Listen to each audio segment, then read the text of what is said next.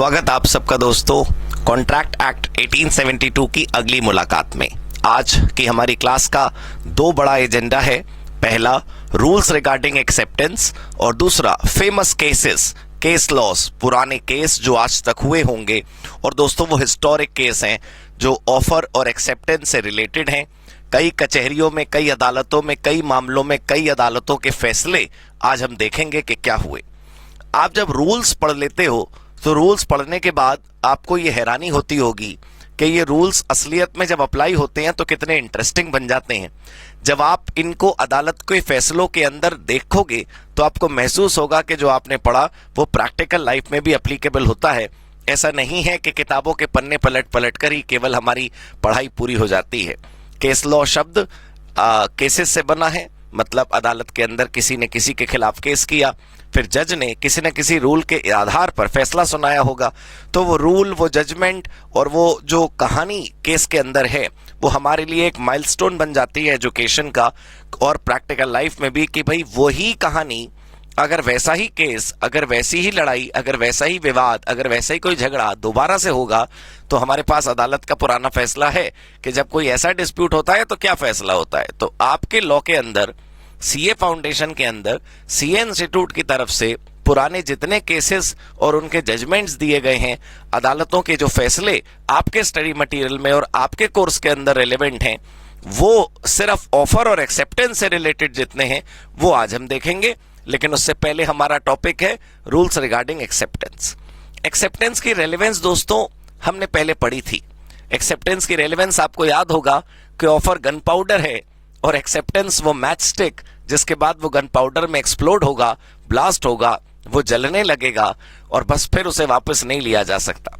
आपने सुना था कि सिर्फ एक ऑफर के अंदर अपनी एक आग है, वो ठीक है। ऑफर को गन पाउडर कहा गया, वो ठीक है। ऑफर के अंदर अपनी एक अंदर की इंपॉर्टेंस है, वो ठीक है।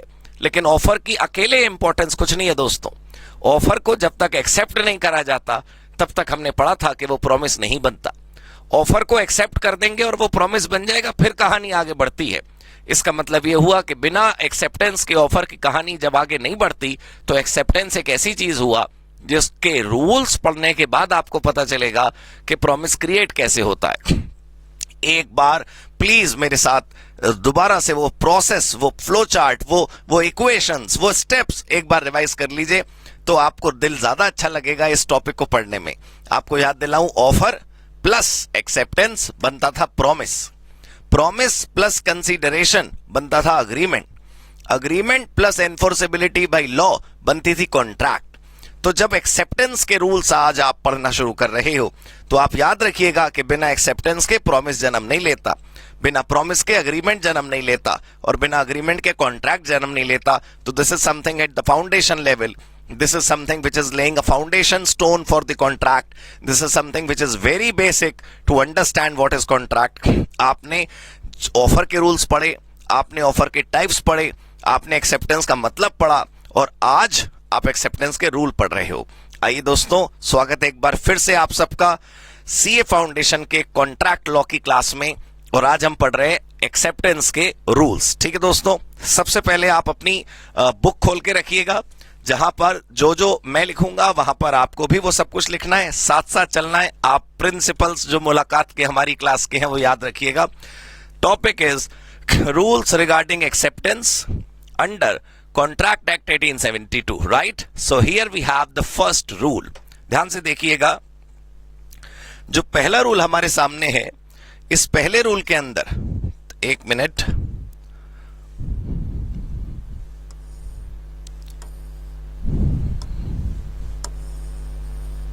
ये देखिए, ये जो पहला रूल आपके सामने है, इस पहले रूल के अंदर यहां क्या लिखा है पहले वो मैं पढ़ के सुनाता हूं। Acceptance can be given, acceptance दी जा सकती है किसके द्वारा? Only by the person to whom offer is made. Acceptance केवल वही व्यक्ति देगा जिसको हमने ऑफर करा। देखिए, मैं आपसे इजाजत चाहता हूं इस टॉपिक को समझाने की, क्योंकि आप कहीं बोर ना हो जाएं, कहीं पक ना जाएं, कहीं ये ना समझें कि रिपीट टेलीकास्ट हो रहा है। दोस्तों, ये कोई रिपीट टेलीकास्ट नहीं हो रहा। आप सबको बता दूं कि जो चैप्टर आप पढ़ रहे हैं वो सीए इंटर में भी है। आपको मैं याद दिला दूं कि जो चैप्टर आप पढ़ रहे हैं उसकी कुछ बातें सीए फाइनल में भी आपको मिलेंगी। मैं आपको बता दूं कि जब हम सीए इंटर और सीए फाइनल में पढ़ना शुरू करेंगे मिलकर साथ साथ, तो आपको मैं याद दिलाऊंगा कि याद करो वो पल जिस दिन हमने एक्सेप्टेंस के रूल पढ़े थे।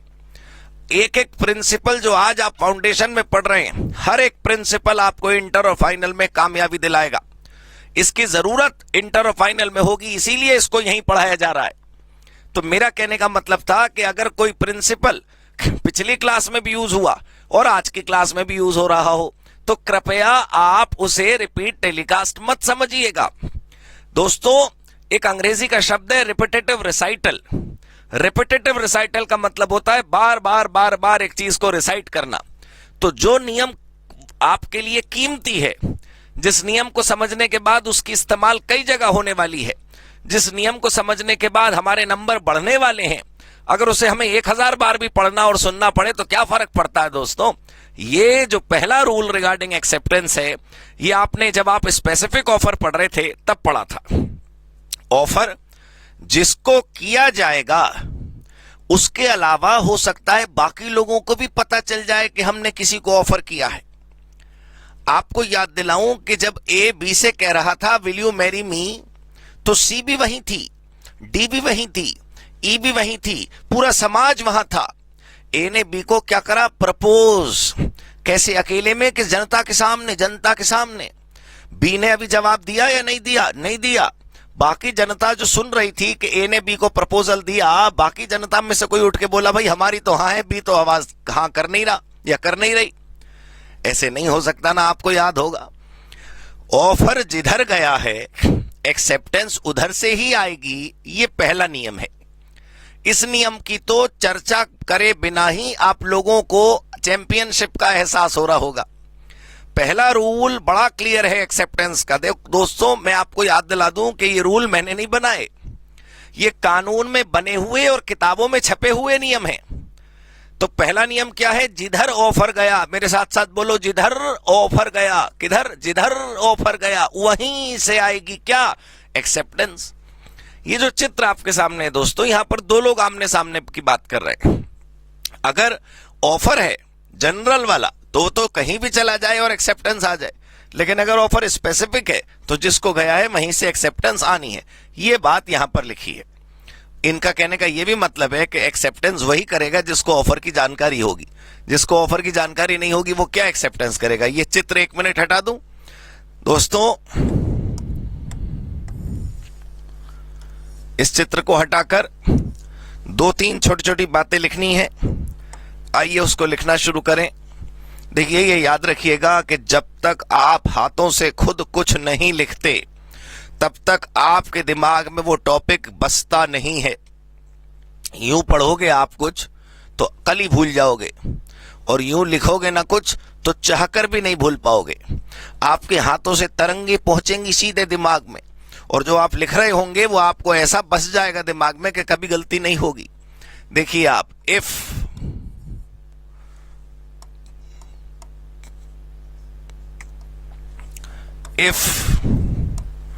it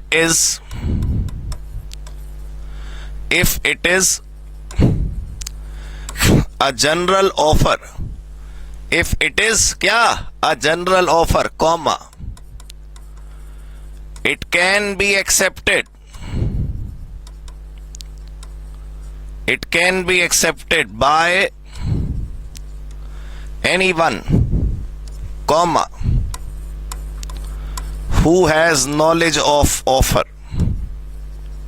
याद है वो नेफ्यू खो गया था, जिसको नॉलेज ही नहीं वो ऑफर एक्सेप्ट नहीं कर सकता। If it is a general offer it can be accepted by anyone, कोई भी स्वीकार कर सकता है दोस्तों, कोई भी। लेकिन वो जो कोई भी स्वीकार करेगा ना, उसको क्या होना चाहिए, ज्ञान तो होना चाहिए इस बात का कि कोई ऑफर है। भाई बंदूक होगी तो तभी तो ट्रिगर दबाओगे, बिना बंदूक देखे कैसे ट्रिगर दबा रहा है, कोई रिमोट कंट्रोल थोड़ी है। If it is a general offer it can be accepted by anyone who has knowledge of offer. कम से कम उस आदमी को जो एक्सेप्टेंस कर रहा है, भाई वो किस बात की एक्सेप्टेंस कर रहा है। आपको याद होगा कि मैंने आपसे सवाल पूछा था कि आप बेंगलोर मेट्रो में चढ़े, बेंगलुरु की मेट्रो में चढ़कर आपने मेट्रो में बैठे किसी पैसेंजर से कहा, भाई साहब मेरी तो हाँ है। वो पूछ रहा, भाई साहब किस बात की? मैंने कब पूछा आपसे कुछ? आप कह रहे हो वो आपने नहीं पूछा, मैं बता रहा हूं ना मेरी हाँ है। अरे तो किस बात की हाँ है भाई? एक्सेप्टेंस किसी बात पर होगी ना, तो जब सामने वाले पक्ष से ऑफर आ रहा है, इस बात की नॉलेज ही नहीं आपको, तो जब ऑफर का ज्ञान नहीं तो एक्सेप्टेंस कैसे हो सकता है, राइट? खैर, दूसरा वाला जो पॉइंट है वो बड़ा मशहूर, कई बार आप पढ़ चुके हैं। If it is a specific offer,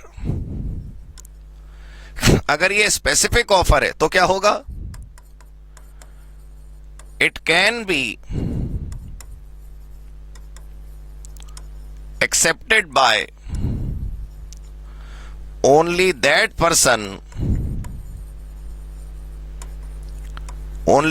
person to whom offer is made. अब पता है, आप में से को हो सकता है किसी को ऐसा लग रहा हो कि जब ये बात यहां पर रंगीन लिखी हुई है तो हम अपनी जिंदगी ब्लैक एंड व्हाइट बनाकर क्यों लिख रहे हैं दोबारा? ब्लैक एंड व्हाइट से मेरा मतलब है कि बच्चे को ये क्यों लग रहा है कि हम बार बार इसको लिख रहे हैं जब यहां पहले से लिखा है। तो दोस्तों, पहले से तो लिखा है, लेकिन जब तक आप नहीं लिखोगे, यकीन मानो, आप एग्जामिनेशन हॉल में लिखना है। आप एक सवाल का जवाब दो। आपको क्रिकेट मैच खेलना है, ठीक, असली मैदान वाले में, वीडियो गेम में नहीं। आपको क्रिकेट मैच खेलना है, तो क्रिकेट मैच कैसे खेलें इसकी किताब पढ़ोगे या क्रिकेट मैच खेल के देखोगे? खेल के देखेंगे। आपका डांस शो है किसी दिन, आपकी परफॉर्मेंस है स्टेज पर, तो डांस कैसे करें बस ये मास्टर आपको बताता जा रहा है, कोरियोग्राफर आपको समझाता जा रहा है, बस उसकी आप रोज सुनते जाते हैं। तो डांस करके नहीं देखते तो कैसे परफॉर्मेंस होगी? रिहर्सल में इंस्ट्रक्शन नहीं सुननी होती, रिहर्सल में डांस ही करना होता है। जैसी परेड रिपब्लिक डे पर 26 जनवरी को निकलती है, बिल्कुल वैसी ही परेड 3 दिन पहले एक बार और निकलती है। सब कुछ वैसे ही किया जाता है जैसा उस दिन होना है, ताकि जो होना है वो एक दिन पहले पता चल जाए, जो गड़बड़ होनी है वो पहले ही पता चल जाए, जो प्रैक्टिस होनी है वो बिल्कुल अच्छे से हमारी हो जाए।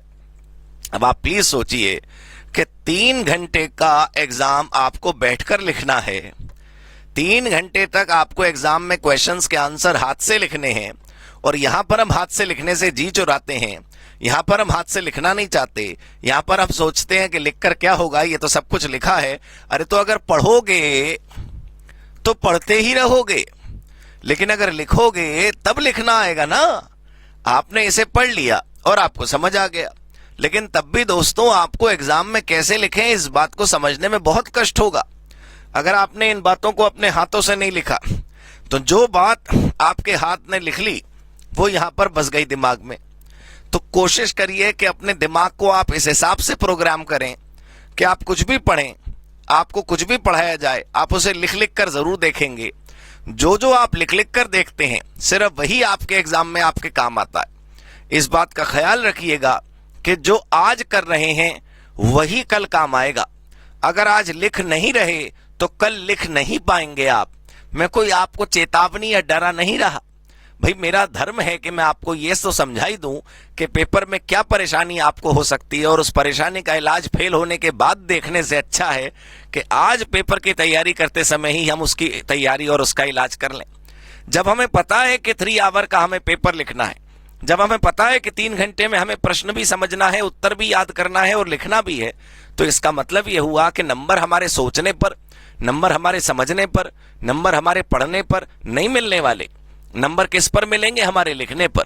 तो दोस्तों, जितना ज्यादा आप लिखने की प्रैक्टिस करेंगे उतना ज्यादा आप लोगों के लिए बहुत अच्छा होगा, और आपके पास होने में ही मेरा जीवन है। कोशिश करिएगा इस बात को समझने की। तो पहला रूल दोस्तों हमने समझा, rule 1 of acceptance. Acceptance can be given only by the person to whom offer is made. जिसको ऑफर करा नहीं गया वो अननेसेसरी कहानी में टपकने की कोशिश ना करे, उसको एक्सेप्टेंस करने का अधिकार नहीं है। ठीक है दोस्तों, अगली स्लाइड हमें बताएगी हमारा अगला रूल। ध्यान से देखिएगा दोस्तों, ये जो अगला रूल है उसमें अगले रूल में क्या लिखा है देखिए, no condition supplied. No condition supplied मतलब आपको याद दिला दूं कि आपने पिछली मुलाकात में एक काउंटर ऑफर नाम का टॉपिक पढ़ा था। वहां पर आपने पढ़ा था कि जब हम एक्सेप्टेंस करते हैं तो एक्सेप्टेंस करते समय कोई शर्त उसमें नहीं जोड़ सकते। अगर एक्सेप्टेंस हुई तो एक्सेप्टेंस करने वाला उसमें कोई शर्त ना लगाए, या तो वो हाँ करे या तो वो ना करे। जब आप किसी ऑफर के बदले में जवाब देते हो और आप अपनी भी शर्त उसमें लगा देते हो तो आपको याद होगा उसे कंडीशनल एक्सेप्टेंस कहते हैं, उसे प्योर एक्सेप्टेंस नहीं कहते। भाई अगर आप भी एक्सेप्टेंस में शर्त लगाकर भेजोगे तो वो काउंटर ऑफर हो जाएगा। प्लीज समझने की कोशिश करिए कि ऑफर के बदले एक्सेप्टेंस आनी चाहिए, लेकिन ऑफर के बदले अगर पलटकर फिर ऑफर आएगा तो वो क्या बन जाएगा? Counter offer. तो ध्यान से देखिए यहां पर ये भाई साहब क्या चिल्ला रहे हैं। इनके हैंड पोस्चर से आपको ऐसा लग रहा होगा कि कोई नारा लगा रहे हैं, no conditions applied, no conditions applied, no conditions applied. तो मैं आपको याद दिला दूं कि हमने जब पढ़ा था तो हमने क्या पढ़ा था? आपको याद दिलाऊं कि हमने पढ़ा था ऑफर। ऑफर से यहां पर क्या गई? ऑफर और ऑफरी के पास क्या गया? ऑफर। और ऑफरी से क्या नहीं चाहिए? एक्सेप्टेंस। इस एक्सेप्टेंस में क्या नहीं हो सकती? कंडीशंस। और अगर होगी तो उसका क्या नाम पड़ जाएगा? Counter offer. तो यही एक्सेप्टेंस का दूसरा रूल है। अब आपको ये रूल लिखते समय भी आपको ऐसा लगेगा कि ये तो वही पुरानी दुनिया है।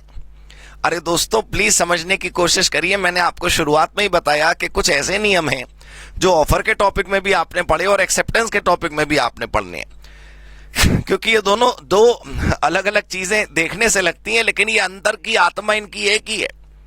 ऑफर के बिना एक्सेप्टेंस नहीं हो सकती और एक्सेप्टेंस के बिना ऑफर बेचारा मासूम अधूरा है, उसका रूप परिवर्तन नहीं होता, वो प्रॉमिस नहीं बनता, कहानी आगे नहीं बढ़ती। तो इधर से ऑफर और इधर से क्या आनी चाहिए? एक्सेप्टेंस। और एक्सेप्टेंस में क्या नहीं हो सकता दोस्तों? कंडीशन। क्लियर? अब मैं आपको यहां से पढ़ के सुनाता हूं, ये प्लीज देखिएगा।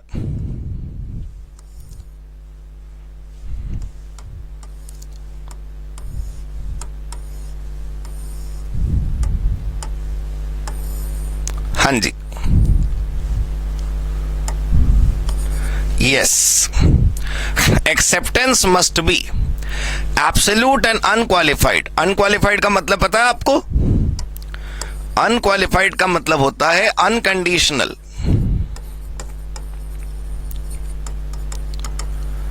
अनकंडीशनल। अनकंडीशनल मतलब साथ में कुछ जोड़ना नहीं है। क्या तुम गाड़ी बेचोगे? वो कह रहा जी हाँ बेचूंगा, लेकिन 2 लाख से कंपनी बेचूंगा।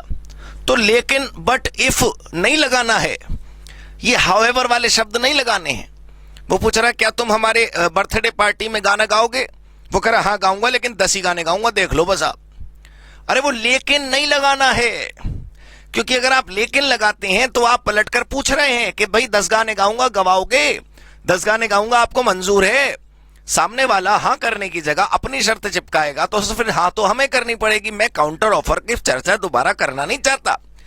लेकिन दोस्तों प्लीज समझिए कि पेपर में पास होने के लिए, टॉप नंबर लाने के लिए, टॉप रैंक लाने के लिए 2 बार क्या, हम तो कह रहे हैं 200 बार कोई बात पढ़नी पड़े हम तो पढ़ लेंगे।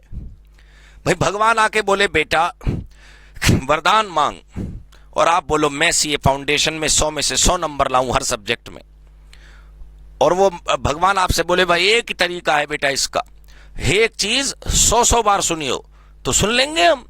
यहां पर तो अगर काउंटर ऑफर दोबारा आने लगता है तो मुझे पता है आप सब सोचने लगते हो ओहो फिर आ गया काउंटर ऑफर। देखिए दोस्तों, पहले इसको तस्वीर को हटा देते हैं। राइट, उड़ गई तस्वीर। ये लिखा हुआ भी उड़ा देते हैं, जगह बना लेते हैं अपने पास, और फिर एज यूजुअल परंपरा के मुताबिक हम अपने शुभ हाथों से लिखेंगे इस रूल की एक्सप्लेनेशन। वैसे तो ये रूल ज्यादा एक्सप्लेनेशन नहीं मांगता, लेकिन फिर भी रूल तो याद है ना, एक्सेप्टेंस एब्सोल्यूट होनी चाहिए, अनकंडीशनल होनी चाहिए, कोई शर्त वर्त उसमें नहीं लग सकती। ठीक, आइए देखें। Acceptance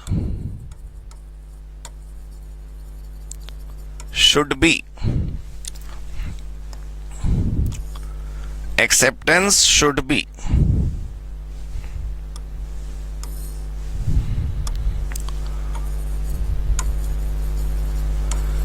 should be unconditional.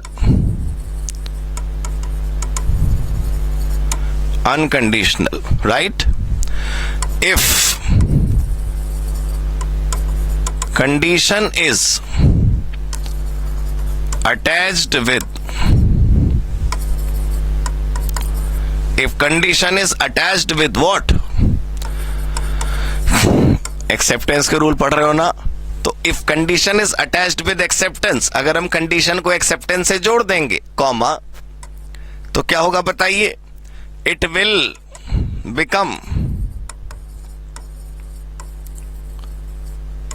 Become counter offer. Counter offer, right? Acceptance में शर्त नहीं लगनी चाहिए, अगर उसमें शर्त लग गई तो वो क्या बन जाएगा? Counter offer, right? Counter offer results in cancellation of original offer. Counter offer से ओरिजिनल ऑफर कैंसिल हो जाता है. Results in cancellation of original offer, right? आप काउंटर ऑफर का टॉपिक याद करिए, आपको सब कुछ याद आ जाएगा. यहां पर जो एक्सेप्टेंस का रूल आप पढ़ रहे हैं दोस्तों, वो रूल है जो आपके दिमाग में पहले से जगह बनाकर बैठा हुआ है. तो आप याद करिए, आपको ये समझ आया, इसे आप कॉपी कर लीजिए बॉस करके, या जैसे भी मैं अपनी बात चालू रख रहा हूं. दोस्तों यहां पर रूल था, रूल नंबर 2, कि एक्सेप्टेंस अनक्वालिफाइड होनी चाहिए. लेकिन इसका मतलब ये बिल्कुल नहीं है कि क्वालिफाइड हो जाएगा तो फिर वो जेल हो जाएगी, जुर्माना हो जाएगा, गलत हो जाएगा, बहुत इलीगल सा काम हो गया. ऐसे नहीं है. बस एक्सेप्टेंस में अगर कंडीशन मिल जाएगी तो वो एक्सेप्टेंस नहीं रहेगी. एक्सेप्टेंस में अगर कंडीशन मिल जाएगी तो वो क्वालिफाइड हो जाएगी. एक्सेप्टेंस में अगर कंडीशन मिल जाएगी तो वो क्या बन जाएगा? Counter offer. ये है बस खराबी. फिलहाल ये आपको समझ आ गया. मैं एक बार दोबारा पहला रूल आपको बताना चाहता हूं.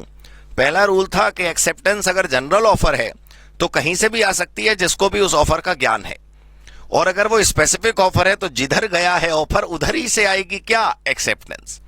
दूसरे में हमने पढ़ लिया, कई बार समझ लिया कि एक्सेप्टेंस में कंडीशन नहीं जुड़ सकती. अगर एक्सेप्टेंस में कंडीशन जुड़ेगी तो वो एक्सेप्टेंस ही नहीं कहलाएगी, वो क्या कहलाएगा? Counter offer. क्लियर दोस्तों? अब आइए आगे पढ़ें. ये देख रहे हैं आप, यहां से वेव्स निकल रही हैं, तरंगे. ये भाई साहब कुछ बोल रहे हैं, right? Sound is moving towards another persons year. और ये देखिए, ये इसके कान में आवाज जा रही है. मतलब ये हुआ कि एक आदमी बोल रहा है और एक आदमी के कान तक आवाज जा रही है. तो आप समझ रहे होंगे कि यहां से यहां तक, इसके दिमाग से इसके दिमाग तक क्या हो रहा है? कम्युनिकेशन. कम्युनिकेशन. भाई आप चिट्ठी लिखो किसी को और आप अपनी अलमारी में, अपनी टेबल में, अपनी ड्रॉर में अपने पास संभाल कर रख लो, और फिर आप उससे पूछो तुझे मेरा खत मिला? मैंने तो तुझे खत लिखा था, तुझे मिला कैसे नहीं? वो कह रहे नहीं, कब पोस्ट करा तूने खत? वो आप कह रहे नहीं, मैंने लिखा तो था लेकिन पोस्ट नहीं करा, सॉरी. अरे कई बार ऐसा होता है दोस्तों कि आपके मन में कोई बात होती है और आप सामने वाले से नहीं कह पाते. कोई भी बात हो सकती है, right? You know what I am saying. तो जब आपके मन की बात आप सामने वाले से नहीं कह पाते तो आप उम्मीद कैसे कर सकते हो कि सामने वाला आपकी बात समझेगा? पूरी दुनिया में मिसअंडरस्टैंडिंग की जड़ यही है कि हमें जो लगता है हम कहते नहीं, राइट? और जो कहते हैं वो लगता नहीं. मेरा कहने का मतलब यह है दोस्तों कि ऑफर और एक्सेप्टेंस दोनों का एक कॉमन रूल है कि दोनों कम्युनिकेट होने जरूरी हैं. दोनों को सामने वाले के कानों तक और उसके दिमाग तक पहुंचाना जरूरी है. आप खत में लिखोगे कि I agree with your offer और सामने वाले तक पहुंचाओगे नहीं तो साइलेंस थोड़ी एक्सेप्टेंस होती है. कृपया समझिए कि पिछली मुलाकात में भी हमने और आपने मिलकर बात करी थी कि अगर हम ऑफर को कम्युनिकेट नहीं करेंगे तो सामने वाला को क्या पता कि तुमने ऑफर करा, उसको कोई सपने थोड़ी आ रहे हैं. कृपया समझने की कोशिश करिए कि कोई ऐसा डिवाइन पावर थोड़ी है सामने वाले में कि वो समझ जाएगा कि आपकी एक्सेप्टेंस है. हाँ, एक्सेप्टेंस बोलकर भी हो सकती है, एक्सेप्टेंस बिना बोले भी हो सकती है, एक्सेप्टेंस एक्सप्रेस्ड भी हो सकती है, एक्सेप्टेंस इंप्लाइड भी हो सकती है. अभी आप पढ़ेंगे कि एक्सेप्टेंस बाय कंडक्ट भी हो सकती है. मतलब कोई ना कोई सिग्नल तो ऐसा होना चाहिए ना कि सामने वाले तक कम्युनिकेशन हो जाए कि आपने एक्सेप्टेंस कर ली। बस ये वाला रूल यहां पर बताया गया है। आप जरा देखिए यहां क्या लिखा है, the acceptance must be communicated. और ये दोनों चित्र, ये दोनों व्यक्ति, ये दोनों पर्सन, ये दोनों भाई साहब, ये दोनों महान लोग जो आपको समझा रहे हैं, वो क्या है? कम्युनिकेशन। आप जरूरी नहीं है कि आप बोले और वो सुने, जरूरी नहीं है कि आप कहें और वो देखे, वो आप लिखें और वो पढ़े। जरूरी ये है कि आप बस कोई भी सिग्नल उस तक पहुंचा दीजिए जिससे ये मान लिया जाए क्या कि एक्सेप्टेंस हो गई। बस सामने वाले तक अगर आपने ये बात पहुंचा दी कि एक्सेप्टेंस हो गई है तो काम पूरा हुआ। आइए जरा इसके बारे में लिखते हैं। ये जो अपना प्यारा सा चित्र है, ये कान और मुंह वाला, इसको थोड़ा उठा करके अलग कर देते हैं, जगह बन जाएगी। और बस अब हम मिलकर लिखना शुरू करते हैं। करेक्ट लिखें। ये इधर देखना है, छोटा सा रूल है, acceptance must be communicated, right. देखो भाई, if acceptance is not communicated,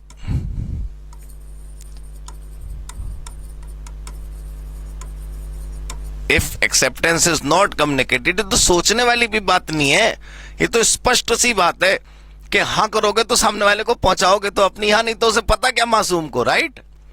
if acceptance is not communicated, it is not complete, right. ठीक है। Person who gave offer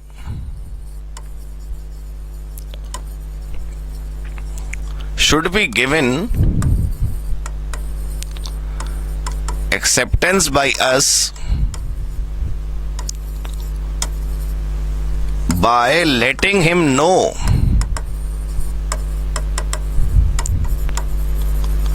that we are ready.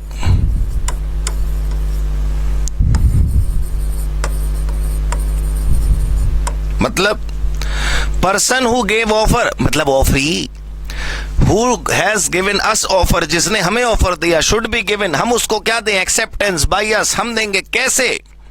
By letting him know that we are ready, सामने वाले तक पहुंचाना है बात, right.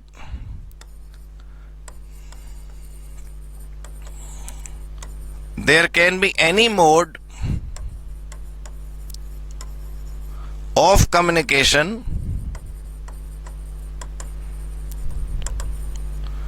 but communication is compulsory.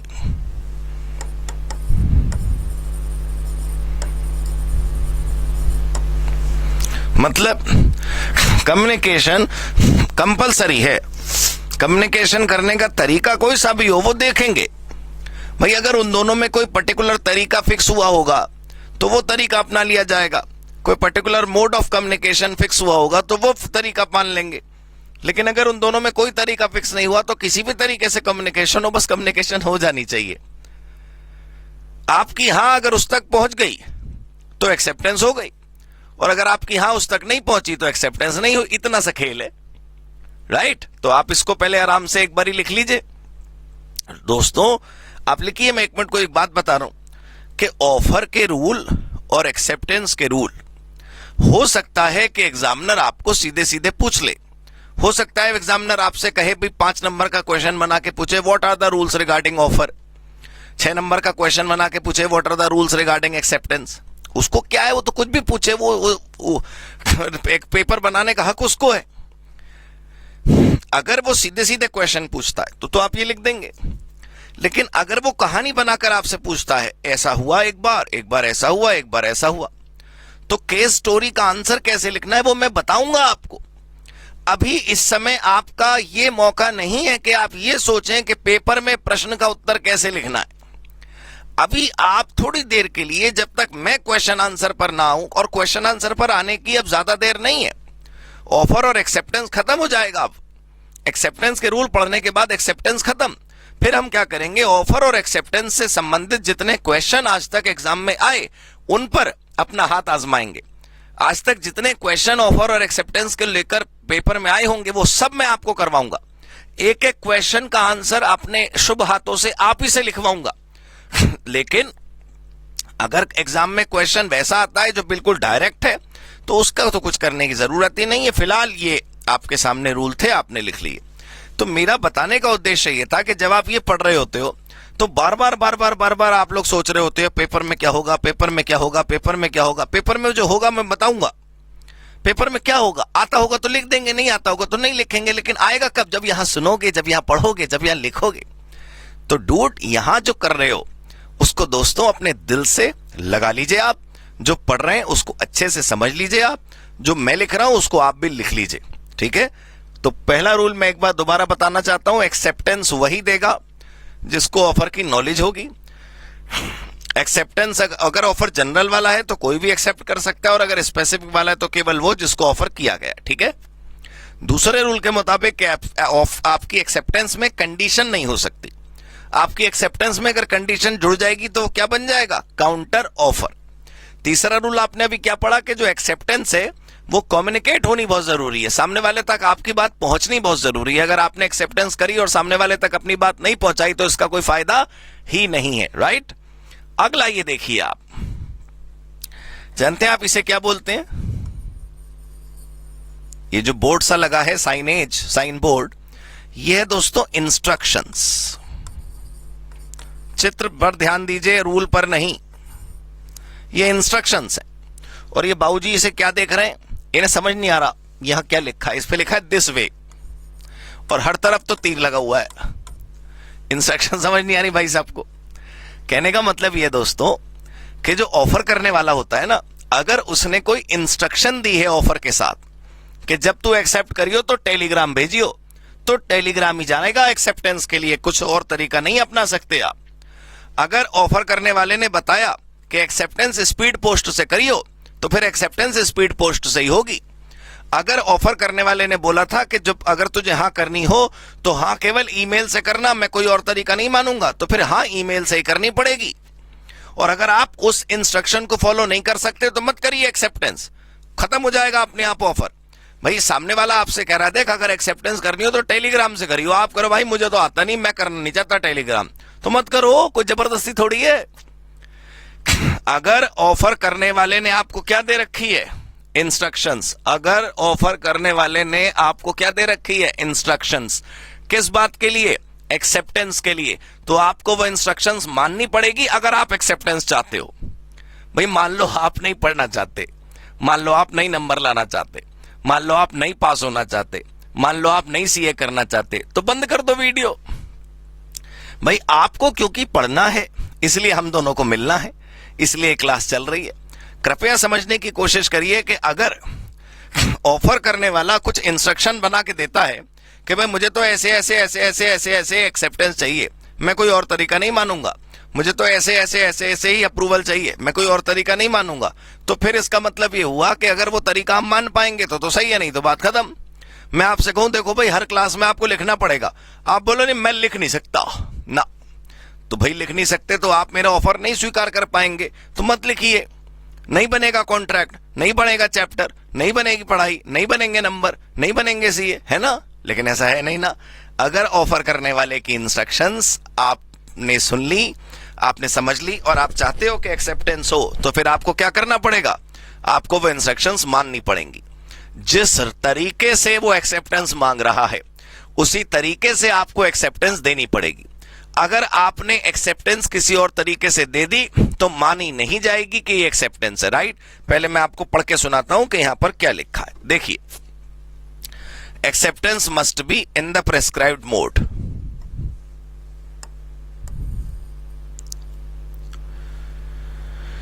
देख पा रहे हैं आप, acceptance must be in the prescribed mode. ये है काम की बात।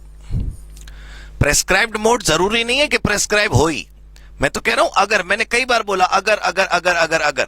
सर मान लो ऐसा हो कि ऑफर करने वाले ने कोई बताया ही नहीं, मान लो ऐसा हो कि ऑफर करने वाले ने कुछ कहा ही नहीं, ऑफर करने वाले ने बोला भाई मुझे तो हाँ कर दियो, क्या स्पीड पोस्ट, क्या फैक्स, क्या ईमेल, तो खुद आ जाइयो, टेलीफोन कर दियो, मैं मान लूंगा तेरी हाँ है, वो अलग बात है।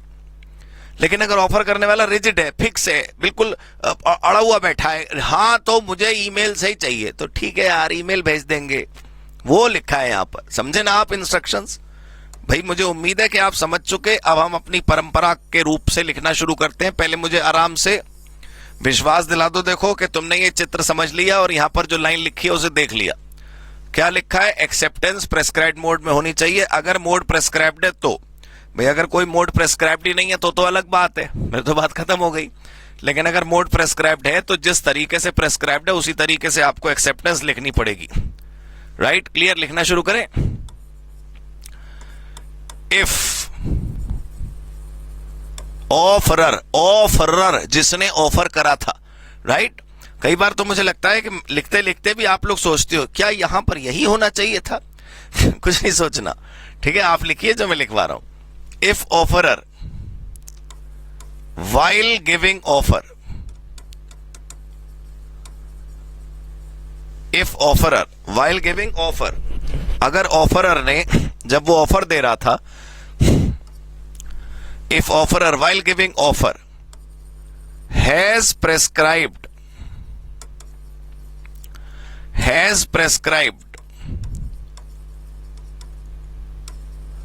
some particular mode of acceptance,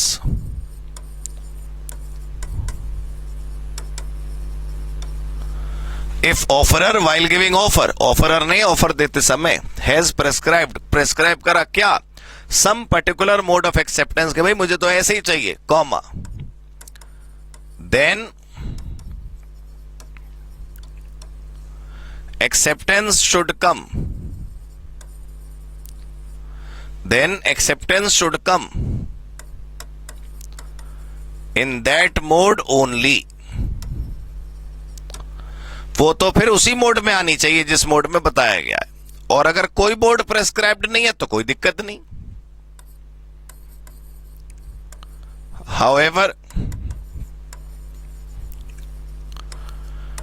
if offerer has not given any such instruction,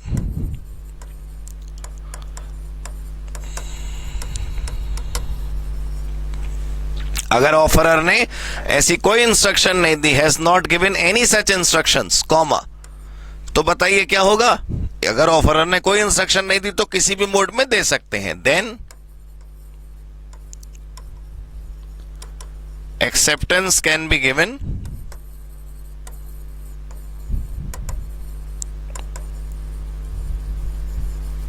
through any mode, फिर एक्सेप्टेंस किसी भी रास्ते से दी जा सकती है। क्लियर हो गई जी बात? इसे आप लिख लीजिए। बार बार जब भी आपको ऐसा लगे ना कि आप रूल भूल रहे हैं तो आप वो तस्वीर याद करिएगा। वो जो तस्वीर आपने देखी, याद है ना तस्वीर क्या थी? अब मैं पहले तस्वीर ही दिखाऊंगा आपको। ये देखिए, ये लिखा है दिस वे। इस तस्वीर में क्या हो रहा था? इस तस्वीर में वो ढूंढ रहा था कि इंस्ट्रक्शन क्या बताना चाहती है। तो इसका मतलब हमारा जो टॉपिक है वो कहीं ना कहीं इंस्ट्रक्शन से रिलेटेड है। अगर सामने वाले ने हमें कुछ इंस्ट्रक्शन दी है, ऑफर करते समय उसने कुछ कहा है कि भाई मुझे एक्सेप्टेंस ऐसे ही चाहिए, तो वैसे ही देंगे। और अगर उसने कुछ नहीं बताया तो फिर कोई बात नहीं, बात खत्म। फिर तो जैसे मर्जी वैसे एक्सेप्ट कर लो, राइट। आप आसमान में बादलों में लिखवा दो यस, हवाई जहाज हेलीकॉप्टर लिखे यस, आप ऊपर से फूलों से वर्षा करवा के लिखवा दो यस, तो भी यस।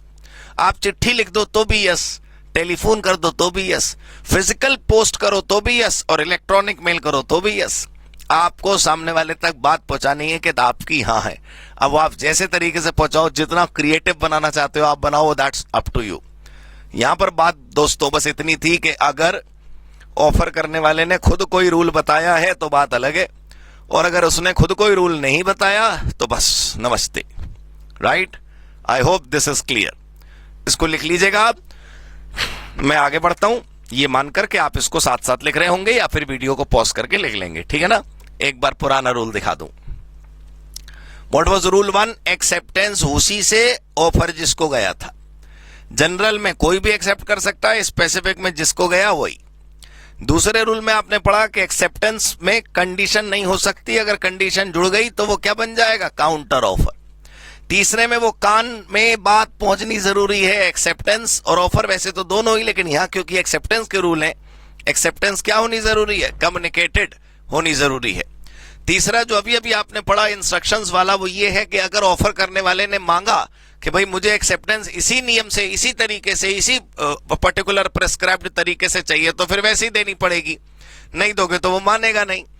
और अगर कोई तरीका प्रेस्क्राइब नहीं है तो फिर आप आजाद हैं, फिर तो आप कैसे भी एक्सेप्टेंस दे सकते हैं। करेक्ट। चलो, ये क्या है, बी ऑन टाइम। नहीं, क्लास में तो टाइम पर आनी चाहिए, वो तो ठीक बात है, लेकिन ये क्या है, बी ऑन टाइम क्या है दोस्तों?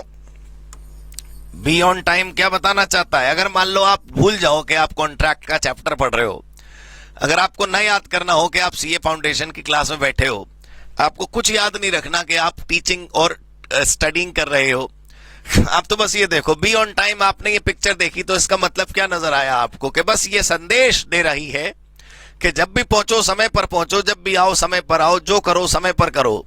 तो इसका मतलब रूल किसका था? एक्सेप्टेंस का। तो एक्सेप्टेंस भी किस पर करनी है? समय पर। आप भूल जाते हो दोस्तों बार बार। मैंने आपको कॉन्ट्रैक्ट एक्ट शुरू करते समय किसी एक दिन मैंने आपको उदाहरण दिया था कि मेला, फेयर, ट्रेड फेयर, एग्जीबिशन, प्रदर्शनी कोई लगनी थी आपके शहर में और आपको उसमें दुकान लगानी थी। कोई टेंट हाउस से आपने कहा कि भाई मुझे टेंट चाहिए अपनी दुकान सजाने के लिए, बताओ कितने रुपए में दोगे? उसने बोला जी अभी बताता हूं आपको कितने रुपए में देंगे। अभी तक जवाब नहीं आया, मेला भी खत्म हो गया। तो एक्सेप्टेंस करने वाले को इस बात का ख्याल रखना चाहिए कि एक्सेप्टेंस कितने समय में देनी है। भाई अगर ऑफर करने वाला कह रहा है कि मुझे 2 दिन में बताओ, तो 2 दिन में बताना पड़ेगा। ये बिल्कुल इस तरीके से है जैसा आपने अभी ये पिछला रूल पढ़ा था।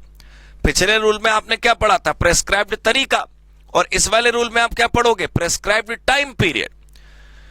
अगर ऑफर करने वाला जब ऑफर कर रहा है तब वो ये कह दे कि भाई मुझे एक्सेप्टेंस या रिजेक्शन जो भी है, हाँ या ना जो भी है, वो 3 दिन में बता देना।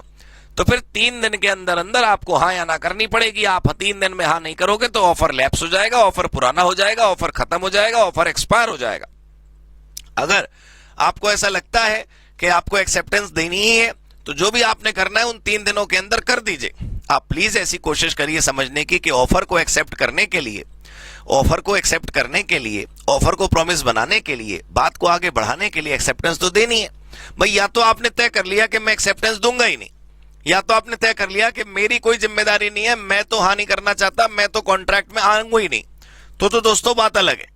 लेकिन अगर आपको आना ही है, एक्सेप्टेंस करनी है, तो टाइम निकल जाएगा, फिर उसके बाद करके क्या फायदा? तो यहां भी 2 केस बन गए।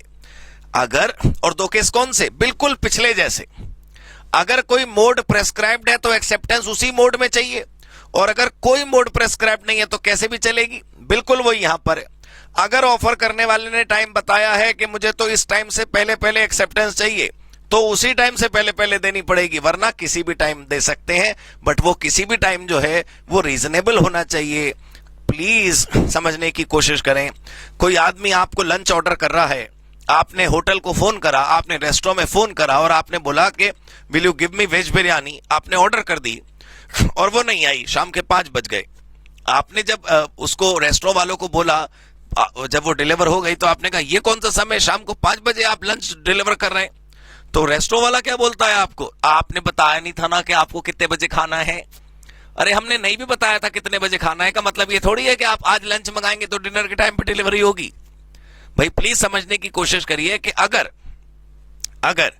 कोई एक क्वेश्चन ऐसा हो, कोई एक केस ऐसा हो, कोई एक कहानी ऐसी हो, कोई एक आपके सामने ऐसा एग्जाम्पल हो जिसके अंदर ऑफर करने वाले ने ऑफर तो कर दिया और टाइम नहीं बताया कि उसे एक्सेप्टेंस कितने दिनों में चाहिए। लेकिन दोस्तों ये तो समझने की कोशिश करिए कि जितने भी दिनों में एक्सेप्टेंस हम मांग रहे हैं, वो दिन अगर हमने नहीं बताए तो भी कुछ रीजनेबल टाइम लिमिट होनी चाहिए ना, कि इतने दिनों में बता दो आप।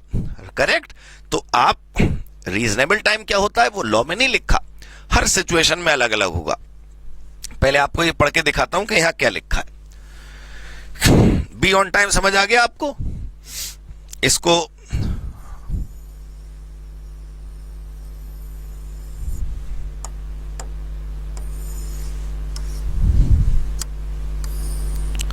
ये देखिए,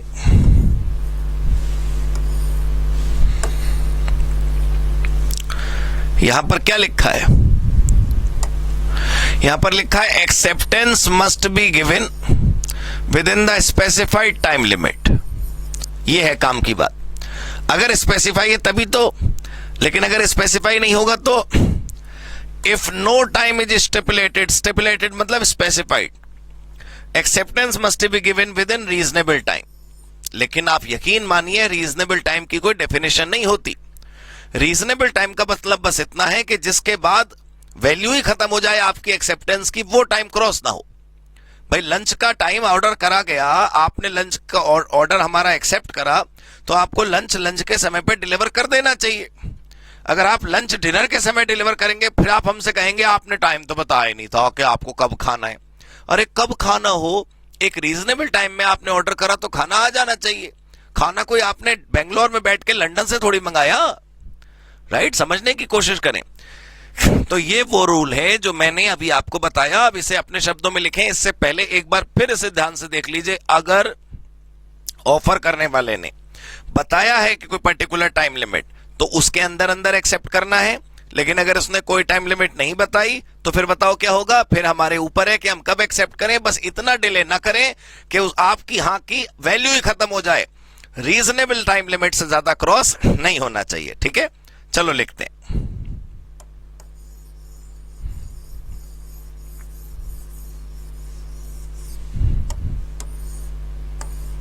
जी दोस्तों, आइए यहां पर लिखें। If offeror has prescribed, if offeror has prescribed a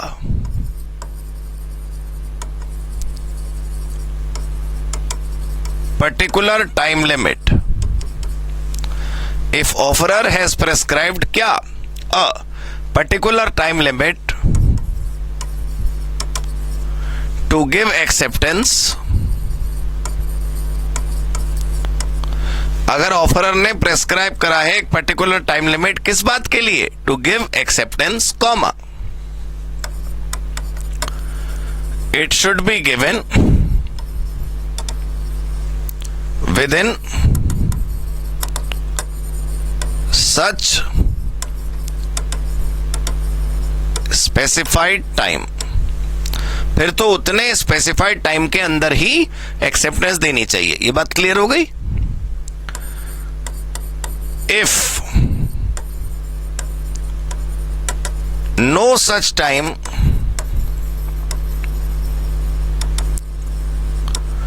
is prescribed, अगर कोई टाइम प्रेस्क्राइब नहीं है, comma,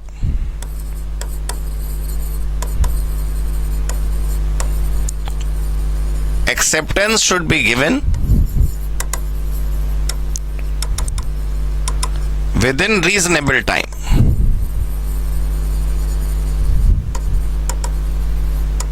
right, acceptance reasonable time के अंदर मिलनी चाहिए। एक पॉइंट और लिख पा रहे हैं ना आप? Reasonable time is not written in law, it depends on situation।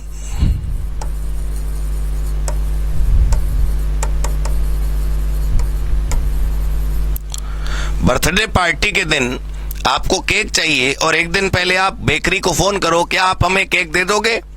और बेकरी बोले 3 दिन में सोच के बताऊंगी, तो गड़बड़ हो जाएगी। लेकिन आप अपना घर बेचना चाहते हो और किसी बायर को बोलो क्या तुम मेरा घर खरीदोगे, और वो बोले कि मैं 3 दिन में सोच के बताता हूं, तो वहां ठीक। वही 3 दिन का समय किसी कहानी में अनरीजनेबल लग रहा है और वही 3 दिन का समय किसी दूसरी कहानी में रीजनेबल लग रहा है। तो ये केस टू केस मैटर करता है। रीजनेबल टाइम क्या होता है ये लॉ में कहीं नहीं लिखा। कुछ बच्चे ना जबरदस्ती पेपर में लिखाते हैं, as per section number 5, as per provisions of contract act, as per rule number this. आपको याद दिला दूं, अभी तक एक भी सेक्शन नहीं पढ़ा हमने। वो तो डेफिनेशन थी 2A, 2B, 2C, 2D, 2E, 2H। अभी तक आप देखिए कोई भी सेक्शन पर हम पहुंचे ही नहीं। अभी जब आप सेक्शन पर पहुंचोगे तो जो चीज सेक्शन में है वो ठीक है, लेकिन उसके अलावा भी बहुत टॉपिक हम पढ़ते हैं। तो जिस पे हमने सेक्शन नंबर नहीं लिखा, आप भी वहां पर पेपर में जबरदस्ती मत लिख दीजिएगा as per some section, I don't remember, reasonable time means this this this this this. ऐसा बिल्कुल नहीं होता दोस्तों कि रीजनेबल टाइम किसे कहते हैं उसका मतलब आपको याद है तो आप मतलब लिख दीजिए, जबरदस्ती उसे सेक्शन से मत जोड़िएगा। अब इसको आप कॉपी कर लीजिए, वीडियो को रोक के या जैसे भी, मैं आगे बढ़ रहा हूं। रूल नंबर 5 हो चुका, क्लियर है ना दोस्तों। चलो मैं पहले पहला रूल बताना चाहता हूं एक बार से, दोबारा से। और पहला रूल क्या था, ऑफर जिसको गया है एक्सेप्टेंस वहीं से आएगी। दूसरा रूल क्या है कि एक्सेप्टेंस एब्सोल्यूट और अनक्वालिफाइड होनी चाहिए, और एक्सेप्टेंस में कोई शर्त नहीं लग सकती, शर्त लगेगी तो वो क्या बन जाएगा, काउंटर ऑफर। तीसरा, एक्सेप्टेंस कम्युनिकेट हो जानी चाहिए, सामने वाले तक पहुंचनी चाहिए। अगर आपने सोच लिया कि हाँ है लेकिन बताया नहीं कि हाँ है तो फायदा क्या। फिर उसके बाद आपने देखा कि एक्सेप्टेंस उसी तरीके से होनी चाहिए जिस तरीके से बताई गई है, और अगर कोई तरीका नहीं बताया गया तो फिर कोई भी मोड हो सकता है। अगला टाइम के ऊपर है कि जो एक्सेप्टेंस करी गई वो उतने ही दिनों में करनी चाहिए या उतने ही समय में करनी चाहिए जितना ऑफर करने वाले ने अलाउ करा है, क्योंकि अगर वो टाइम निकल गया तो ऑफर लैप्स हो जाएगा। लेकिन अगर उसने कोई टाइम बताया ही नहीं तो फिर रीजनेबल टाइम के अंदर अंदर हमें एक्सेप्ट करना चाहिए। लेकिन रीजनेबल टाइम क्या होता है, उसकी कोई समय सीमा लॉ में लिखी नहीं है, वही कुछ समय सेम टाइम पीरियड किसी एक स्टोरी के लिए रीजनेबल है और किसी दूसरी स्टोरी के लिए रीजनेबल नहीं है। ठीक है, ऐसा होता रहता है। ये चुप्पी, what is this, maintain silence, right. लेकिन दोस्तों हर जगह साइलेंस नहीं होती। साइलेंस के कभी कभी कुछ लोग अलग अलग मतलब निकाल लेते हैं। लोग कहते हैं कि वो जब हम बात कर रहे थे तो चुप था, इसका मतलब यह हुआ कि उसको हमारी बात समझ आ गई। आप किसी को समझाने गए कि वो आपको अपना मकान बेच दे, आप कोई घर खरीदना चाहते हो, और जिस घर पर आपका दिल आ गया उस घर का मालिक मान नहीं रहा। आज आप उसे आखिरी बार समझाने गए, आपने बहुत देर तक भाई को समझाया, देख बात सुन, तुझे घर के मिलेगा 1 करोड़ रुपए, हम दे रहे हैं तुझे 2 करोड़ रुपए, ये घर देख हमें बेच दे, इससे बढ़िया डील तुझे जिंदगी में नहीं मिलेगी, हीरे लगा देगा तब भी कोई नहीं खरीदेगा, तेरे घर की ऐसी कीमत जो हम दे रहे हैं कोई और तुझे नहीं देने वाला, देख तू मूर्खता मत कर, तू बात समझ ले। आपने 15 मिनट उसे समझाया, और दोस्तों 15 के 15 मिनट वो 15 सेकंड भी नहीं बोला, पूरे 15 मिनट में भाई चुप रहा, बिल्कुल साइलेंस। जब आप उठे तब उसने आपको नमस्ते कर दी और आप उठकर चले आए। आपने अपनी गाड़ी में बैठने के बाद ये सोचना शुरू करा कि उसने आज कुछ बोला नहीं, वैसे तो बड़ा बोलता था, आज शायद उसे हमारी बात समझ आ गई, आज शायद वो चुप है इसलिए वो हमारी बात मान गया, आज देखते हैं कि क्या जवाब आएगा उसका, फोन तो जरूर करेगा हाँ का। तो ऐसा कैसे होने लगा भाई, ए ने बी को ऑफर करा विल यू मैरी मी। अब माफ कीजिएगा, कॉमर्शियल एग्जाम्पल देने चाहिए, सीए की क्लास है, लेकिन दोस्तों इंस्टीट्यूट की बुक में भी ऐसे उदाहरण हैं। जब कॉन्ट्रैक्ट का चैप्टर, कॉन्ट्रैक्ट का कानून हमारी जिंदगी से जुड़ा हुआ है तो हमारी जिंदगी से उठाकर हम सवालों के उदाहरण क्यों नहीं देख सकते। ठीक है, मुझे पता है कि आप मुझे इजाजत दे रहे हैं इस बात की। ऑफर करने वाले ने बी को ऑफर क्या करा, ए ने बी से क्या पूछा, will you marry me, right, क्या तुम मुझसे शादी करोगी। तो बी ने न तो हाँ कहा न तो ना कहा, और बस साइलेंस, और वहीं पिक्चर एंड हो गई। अब लोग को सोच रहे हैं ये तो फिल्म खत्म हो गई, ये ना तो इसने हाँ करी और ना करी, फिल्म की एक्ट्रेस ने हाँ या ना कुछ नहीं करी, फिल्म की हीरोइन ने हाँ और ना कुछ नहीं करी, अब क्या करें, हाँ या ना में से कुछ तो होना चाहिए था। तो लोग सोचते हैं ऐसा कि चुप्पी का मतलब हाँ है, लोग सोचते हैं कि साइलेंस का मतलब एक्सेप्टेंस है। और जानते हैं आप क्या पढ़ने जा रहे हैं रूल में, ये देखिए दोस्तों, रूल क्या पढ़ रहे हैं आप, मियर साइलेंस इज नॉट एक्सेप्टेंस। वाह, तो ये तो सच है, वो तो लोगों की गलतफहमी है कि 15 मिनट तक भाई चुप रहा, कुछ नहीं बोला, सुनता रहा, तो आपने क्या मान लिया कि उसकी हाँ है। क्यों भाई, क्यों मान लिया आपने हाँ है भाई, किसी की साइलेंस एक्सेप्टेंस नहीं होती। आपने किसी को चिट्ठी लिखी और आपने बोला 10 दिन में बता दियो कि तेरी हाँ है या ना है, 10वें दिन आपने मान ली कि उसकी हाँ है, अरे तो आप में खराबी है ना, आप क्यों मान रहे हो कि उसकी हाँ है, ऐसे थोड़ी हो सकता है। क्लियर बात समझ आई, जरा यहां देखो, मियर साइलेंस इज नॉट एक्सेप्टेंस का मतलब कि चुप रहना एक्सेप्टेंस का सिंबल नहीं होता। आइए इसके बारे में कुछ लिखें।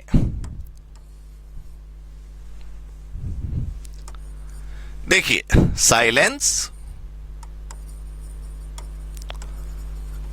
Does not amount to acceptance. और ये मियर का मतलब पता है ना, मियर मतलब ओनली, ये मियर है, मेरे नहीं है, ठीक है। Silence does not amount to acceptance. Amount मतलब पैसा नहीं, अमाउंट मतलब अर्थ। Silence does not amount to acceptance. If offeree does not respond, offeree कौन, जिसको ऑफर करा गया वो, if offeree does not respond and maintains silence, it cannot be considered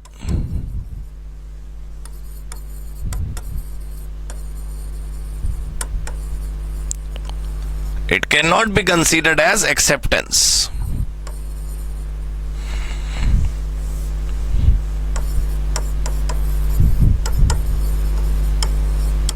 It cannot be considered as acceptance.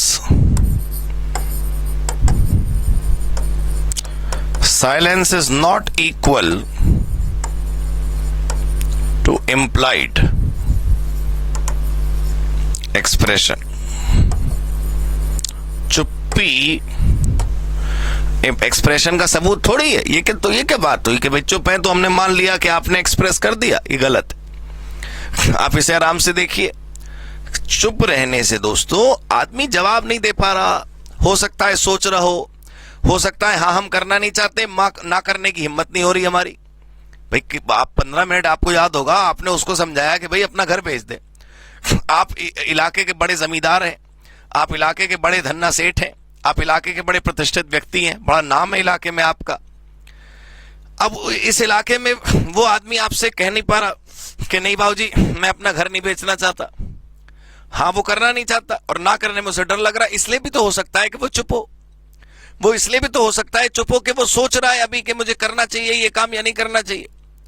आपने तो भाई जबरदस्ती एक बात मान ली कि अगर वो चुप है तो उसकी हाँ है। ऐसे प्रिजम्पशंस नहीं कर सकते दोस्तों, ये बिल्कुल गलत बात है, ऐसा होना ही नहीं चाहिए। This is not at all required to be done, this is not right. Clear हुई ये बात आपको? इसे नोट कर लीजिए, फिर हम आगे बढ़े। ये रूल नंबर 7 है दोस्तों। 7 के बाद देखिए केस लॉ शुरू हो जाएंगे। अंतिम रूल पर आप आ चुके हैं।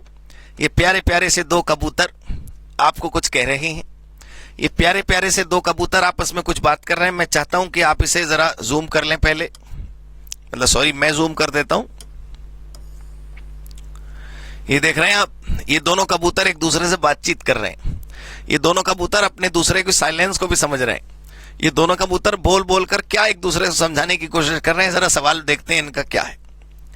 एक कबूतर ने पूछा what is the opposite of implied. वाह भाई वाह, अंग्रेजी चल रही है कबूतरों की। कबूतर दूसरे कबूतर से पूछ रहा है इम्प्लाइड को का मतलब क्या है, इम्प्लाइड का उल्टा क्या है।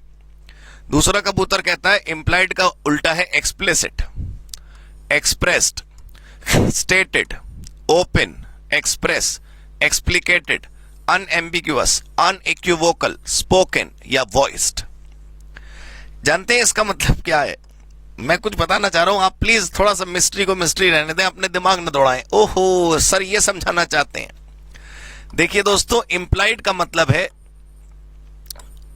अनस्पोकन, जो कहा ना जाए, और इसका मतलब है स्पोकन, जो कहा जाए। तो इंप्लाइड और एक्सप्रेस्ड, स्पोकन को और हम क्या कह सकते हैं, एक्सप्रेस्ड। तो एक्सप्रेस्ड और इंप्लाइड दोनों एक दूसरे के क्या है, ऑपोजिट। अगर हम कोई चीज बोल कर करेंगे, लिख कर करेंगे, बता कर करेंगे, तो वो एक्सप्रेस्ड होगी, वो वोकल होगी, वो वॉइस्ड होगी, वो स्पोकन होगी, ऐसा इंग्लिश भाषा कह रही है। कबूतर तो बस हमें माध्यम है समझाने का। लेकिन अगर हम कोई चीज अनस्पोकन करेंगे, बिना बोले करेंगे, बिना लिखे करेंगे, बिना बताए करेंगे, बोलेंगे नहीं सिर्फ कर देंगे, तो वो कहलाएगी क्या, इंप्लाइड। दोस्तों रूल ये कहता है, इन कबूतरों के माध्यम से हमने समझा कि एक्सेप्टेंस एक्सप्रेस्ड भी हो सकती है, इंप्लाइड भी हो सकती है। मैं एक बात बताऊं दोस्तों, प्लीज समझने की कोशिश करिएगा। आप रेस्टोरेंट में जाके बैठे और आपने वेटर से ये नहीं कहा खाना ला दो, आपने वेटर से कहा भाई बहुत प्यास लग रही है, बहुत प्यास। तो वेटर ने पानी लाके रख दिया आपके सामने। आप उससे पूछो excuse me, did I ask you for water? Waiter कह रहा है सर आपने बोला ना प्यास लग रही है तो मैंने सोचा पानी पीना है। तो जब आपने ये कहा ही नहीं कि आपको पानी चाहिए, लेकिन आपकी परिस्थिति देखकर वेटर समझ गया कि पानी चाहिए। एक आदमी आपसे पूछ रहा है कि क्या तुम बर्थडे पार्टी में डांस करोगे, और आप वहीं डांस करना शुरू कर दो। आपने हानि करी, सवाल सुना और डांस करना चालू। तो हानि करी आपने, लेकिन आपने वो कार्य कर दिया जिसके ऊपर आपसे सवाल पूछा जा रहा था। तो एक्सप्रेशन नहीं दी आपने, लेकिन ये इंप्लाइड हो गया आपके व्यवहार से कि आप एक्सेप्टेंस दे रहे हो। ये ऑटोमेटिक लोगों को समझ आ गया कि आप एक्सेप्टेंस कर रहे हैं। ये अपने आप लोगों को क्लियर हो गया कि आप एक्सेप्टेंस देने को राजी हैं। This is something that is interesting to be understood. Please मेरी बात समझने की कोशिश करिए कि अगर ऐसा हो कि एक्सेप्टेंस देने के लिए आपको हां करनी पड़े, बोलकर, लिखकर, बताकर, तो एक्सप्रेस्ड हो ही गया, फिर तो कोई सोचने की बात ही नहीं है। इंप्लाइड एक्सेप्टेंस वो होती है जिसमें आप बाई वर्ड्स की जगह बाई एक्शन एक्सेप्टेंस देते हैं। आपने टैक्सी वाले से पूछा कि क्या तुम हैदराबाद चलोगे, बेंगलोर से हमें हैदराबाद जाना है। तो टैक्सी वाले ने गाड़ी स्टार्ट कर दी, आप उसमें बैठ गए, गाड़ी चल दी। तो ये एक्सप्रेशन कहां हुआ, बोलकर कहां बोला उसने कि हाँ मैं चलूंगा। ही स्टार्टेड द कार, हम बैठ गए इसमें। इसका मतलब कहने का यह हुआ कि कई बार हम लोग हाँ नहीं करते, सीधे वो काम करते हैं जिसकी हमसे बात पूछी जा रही है। ऐसी एक्सेप्टेंस भी वैलिड है, ऐसी एक्सेप्टेंस भी ठीक है। ऐसी एक्सेप्टेंस को हम क्या कहते हैं, इंप्लाइड एक्सेप्टेंस। तो ये कबूतर मिलके हमें यही पढ़ा रहे थे, ये मैं नहीं, ठीक है, ये कबूतर मिलके हमें यही समझा रहे थे कि इंप्लाइड होता है कुछ और एक एक्सप्रेस्ड होता है कुछ। तो इनके दोनों तरीके एक्सेप्टेंस में मैच होते हैं। आइए जरा पहले इन कबूतरों को हटा दूं मैं। ये कबूतर उड़ गए, अब इस लिखे हुए को उड़ा देता हूं।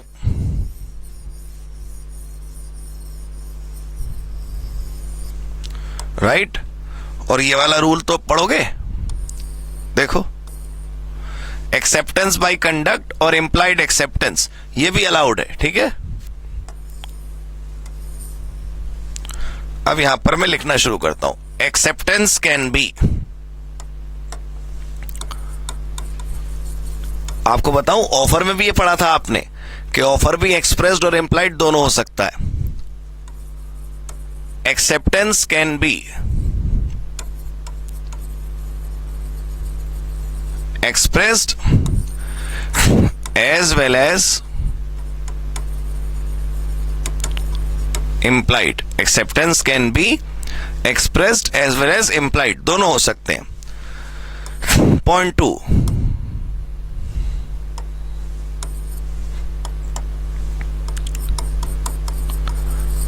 expressed means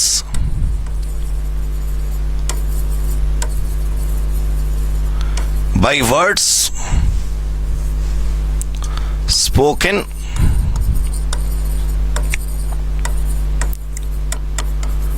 or written. Expressed means by words spoken or written. Implied means by conduct. Right, तो बाई कंडक्ट का मतलब बड़ा क्लियर है कि भाई आप हां करो या सीधे वो काम करो, बात एक ही है।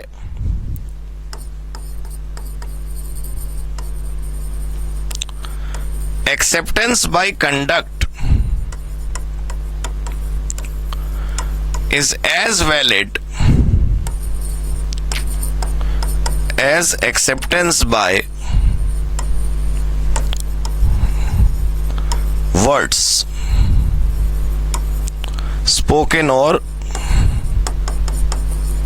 रिटन। राइट, क्लियर हो गया रूल। और इंप्लाइड जब ऑफर हम पढ़ रहे थे तो भी हमने ये बात करी थी, तो आप इसे आराम से कॉपी कर लीजिए। मैं आपको ये सातों के साथ रूल एक बार रिवाइज करा दूं, और ये सातों रूल रिवाइज करने के बाद हम आगे बढ़ेंगे केस लॉज की तरफ। केस लॉज एक एक करके समझेंगे। कुल मिला के 10 केस लॉज हैं, 10 कहानियां हैं, 10 स्टोरीज हैं अपने पास समझने के लिए, और आपको बड़ा दिल लगेगा उसमें। तो पहले आप ये लिख लिया आपने, मैं मान लेता हूं। सबसे पहले अपना रूल था, रूल क्या था कि जिसको ऑफर किया वही एक्सेप्ट करेगा। जनरल ऑफर है तो कोई भी जिसको नॉलेज है, और अगर स्पेसिफिक ऑफर है तो जिसको ऑफर किया वही। दूसरा रूल हमारा यह है कि एक्सेप्टेंस में कंडीशन नहीं होनी चाहिए। अगर एक्सेप्टेंस में कंडीशन हुई तो वो क्या बन जाएगा, काउंटर ऑफर। एक्सेप्टेंस क्या होनी चाहिए, कम्युनिकेट। अगर सामने वाले को कम्युनिकेट ही नहीं हुई तो एक्सेप्टेंस कंप्लीट नहीं हो पाती। एक्सेप्टेंस अगले में है कि जिस तरीके से बताई गई एक्सेप्टेंस उसी तरीके से करनी चाहिए। वो बात अलग है कि कोई मोड प्रेस्क्राइब्ड ना हो तो अलग बात है, लेकिन अगर कोई मोड प्रेस्क्राइब्ड है तो उसी तरीके से, वरना किसी भी मोड से। उसी प्रकार अगला रूल है टाइम को लेकर। एक्सेप्टेंस करने के लिए उसने, जो हमारा ऑफरर है, उसने हमें अगर कोई पर्टिकुलर टाइम दिया है तो उतने टाइम में एक्सेप्टेंस करनी है, और अगर कोई टाइम नहीं दिया तो रीजनेबल टाइम में। रीजनेबल टाइम किसे कहते हैं ये लॉ में नहीं लिखा, हमें इस बात का खुद ख्याल रखना होगा कि हर सिचुएशन में रीजनेबल टाइम का मतलब बदल जाएगा। अगला हमने पढ़ा कि साइलेंस एक्सेप्टेंस नहीं होती। चुप रहने को हम हां नहीं मान सकते कि भाई सामने वाले की हां हो गई।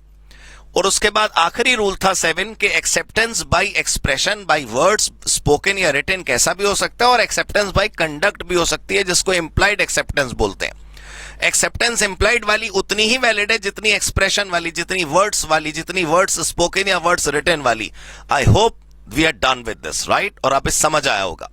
अब दोस्तों जो अगला विषय है वो बहुत कीमती है, आइए अब आगे बढ़ते हैं, राइट? अब केस लॉ शुरू करते हैं दोस्तों। ये देखिए, case laws on offer and acceptance under contract act 1872। मैं 1 मिनट आपको बताना चाहता हूं पहले कि केस लॉ क्या होता है। वैसे तो आप सब चैंपियन लोग हैं, आपको मार्केट में पता होता है कि जितने व्यापारी व्यापार कर रहे हैं या व्यापारी और कंज्यूमर आपस में ट्रांजैक्शंस कर रहे हैं, मेरा कहने का मतलब है जितना भी कॉमर्स इंडस्ट्री में जुड़े हुए लोग हैं, चाहे वो सप्लायर हो, बायर हो, प्रोड्यूसर हो, मैन्युफैक्चरर, जनरल पब्लिक, जो भी लोग हैं, उन सब लोगों के बीच में जब बिजनेस होता है तो कभी ना कभी कोई डिस्प्यूट भी हो सकता है। क्या पता किस बात पर कब इशू क्रिएट हो जाए उन लोगों के बीच में।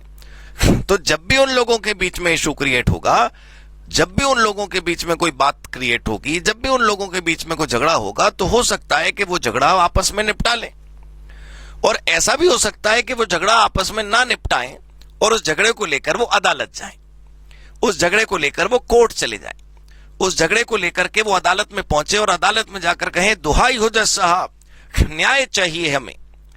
तो वो केस अदालत में पहुंच गया। अब उस जो झगड़ा है दोस्तों, वो किसी न किसी टॉपिक पे हुआ होगा, किसी न किसी बात पर हुआ होगा, और उस बात से संबंधित कोई ना कोई रूल हमारे लॉ में जरूर लिखा होगा। तो जब अदालत फैसला सुना देती है तो वो भी एक प्रकार का कानून बन जाता है कि भाई इस केस में ऐसा हुआ और जज का ये फैसला था। इसका मतलब ये हुआ कि आने वाली पीढ़ियों तक, आने वाले युगों तक ऐसी कहानी में, ऐसे ही केस में, ऐसी ही सिचुएशन में, ऐसी ही सर्कमस्टांसेस में जब भी कोई झगड़ा होगा तो उसका फैसला हमें पहले से पता है। तो अदालतों के जजमेंट बड़े क्रूशियल, बड़े इंपॉर्टेंट हो जाते हैं रियल लाइफ में, और आपके पेपर में तो कीमती है ही, वो तो बात ठीक है, लेकिन फिर भी अदालतों के जजमेंट से हमें यह शिक्षा मिलती है कि अगर भाई ये सिनेरियो हुआ तो इस रूल के मुताबिक ऐसा होना चाहिए था। लेकिन दोस्तों दुख की बात यह है कि जब हम लोग नहीं, जब सामान्य व्यक्ति कोई भी केस लॉ पढ़ता है तो उसे लगने लगता है मैं कुछ बड़ा भारी सा अध्याय शुरू कर रहा हूं, ऐसा लगता है बड़ी सी महाभारत पढ़ने बैठ रहा है वो। दोस्तों ऐसा होना नहीं चाहिए।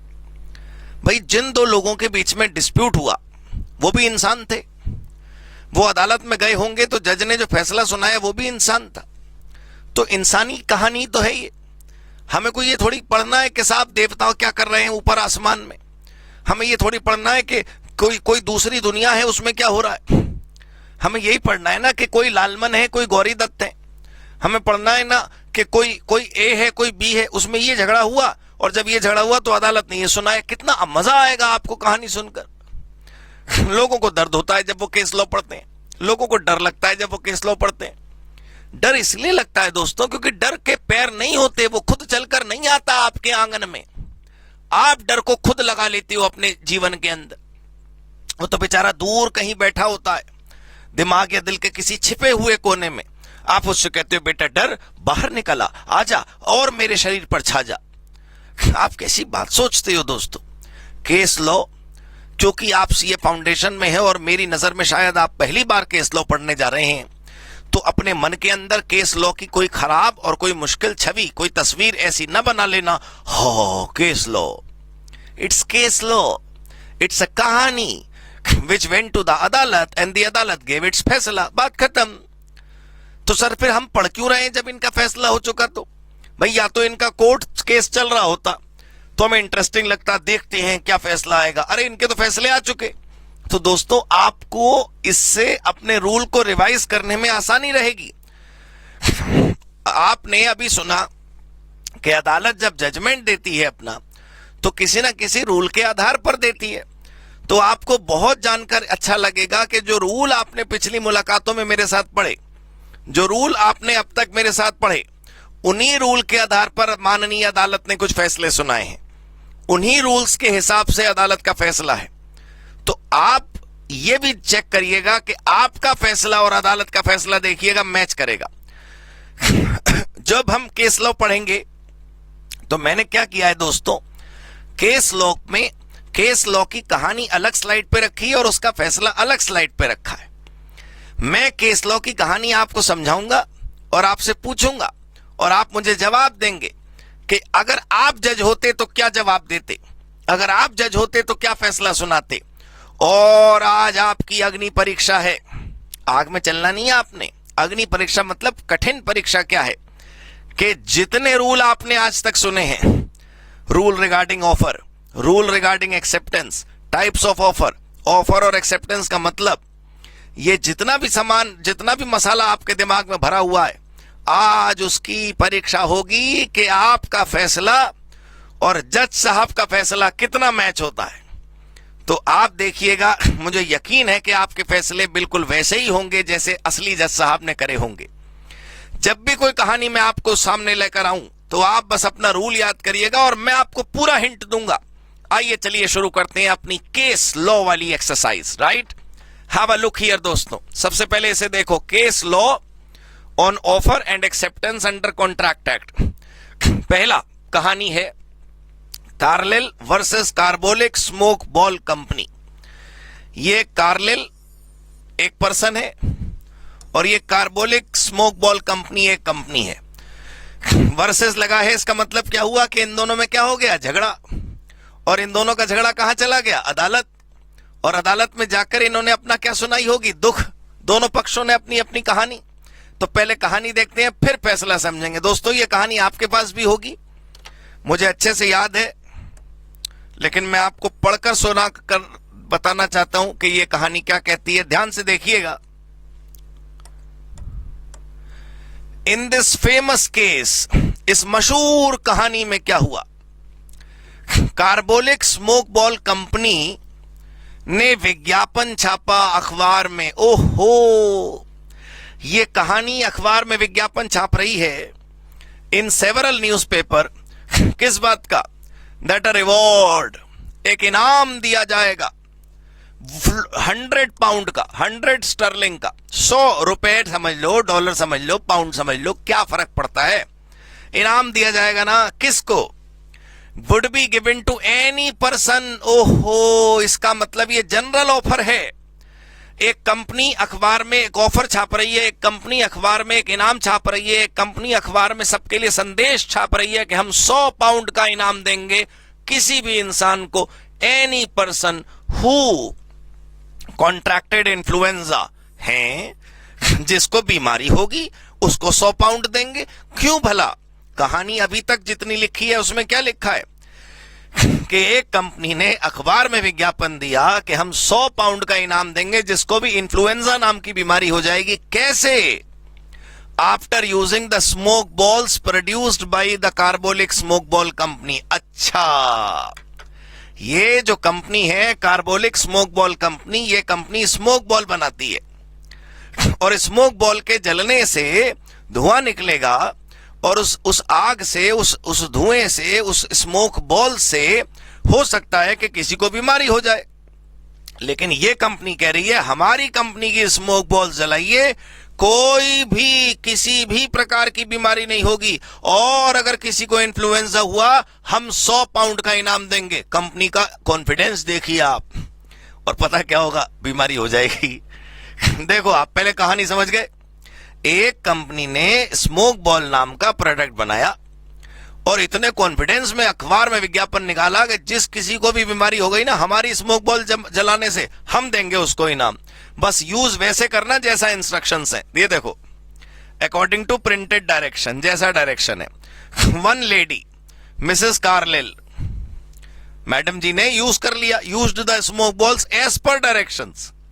कंज्यूमर ने सामान को वैसे ही इस्तेमाल करा जैसा डायरेक्शन में लिखा था, and even then suffered from influenza. ओहो, हो गई टाई टाई फिश, टीली ली ली ली। यही तो प्रॉब्लम है दोस्तों। कॉन्फिडेंस से कंपनी ने एक प्रोडक्ट बनाया और उसमें कुछ इंस्ट्रक्शन लिख दिए कि उसे ऐसे ऐसे यूज करो। कहानी आप पढ़ लीजिएगा अपनी नोटबुक में, मैं भी आपको वही रिसाइट करके दोबारा समझा रहा हूं, पैराफ्रेज करके दोबारा एक्सप्लेन कर रहा हूं कि एक कंपनी ने स्मोक बॉल नाम का प्रोडक्ट बनाया।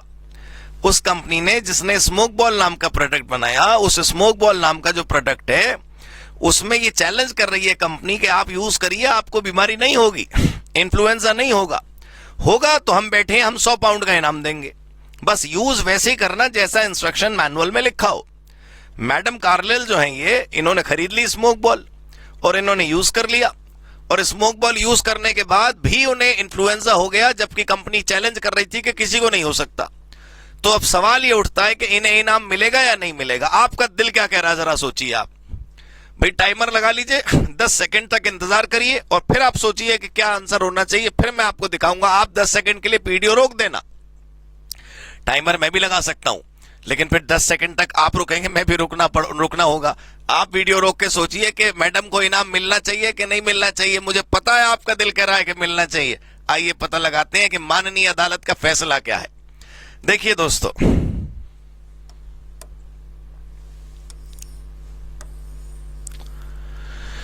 अदालत का फैसला है हेल्ड मतलब डिसीजन क्या हुआ।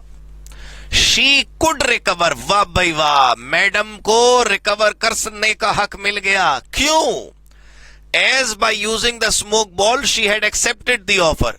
उन्होंने जनरल ऑफर को क्या कर लिया था? एक्सेप्ट। बाकी जो चीजें लिखी हैं वो अभी पढ़ने की जरूरत नहीं है आपको, हम दोबारा लौटेंगे इस केस लॉ पर। तो सर हमने दिखाई क्यों रहे हो? इसीलिए ही दिखाना चाहता हूं ईमानदारी से कि सेक्शन 8 के अंदर कोई लाइन है, लेकिन अभी सेक्शन 8 हमने नहीं पढ़ा। अभी आप बस शुरुआत की बात समझिए। शी कुड रिकवर, भाई अखबार में छपा हुआ ऑफर जिसमें हम सबको आमंत्रित कर रहे थे, अखबार में छपा हुआ ऑफर जिसमें हम सबको बुला रहे थे, अखबार में छपा हुआ ऑफर जिसमें हम सबको न्योता दे रहे थे। हमने क्या कहा था कि कोई भी आए हमारी स्मोक बॉल खरीदे और अगर प्रॉब्लम हो गई, इन्फ्लुएंजा हो गया तो हम पैसे देंगे। तो ये जनरल ऑफर हुआ, जनता में से मिसेस कार्लेल ने खरीद लिया तो ये एक्सेप्टेंस हो गई, और ऑफर के बाद एक्सेप्टेंस हो गई तो आपका ऑफर क्या बन गया? प्रॉमिस। अब टूट गया आपका प्रॉमिस, मैडम को इन्फ्लुएंजा हो गया, बीमारी हो गई, ला पैसे दे। ये था केस लॉ 1। मुझे उम्मीद है कि आप समझ पाए होंगे कि ये वाला केस लॉ किस रूल पर था, बताइए। जनरल ऑफर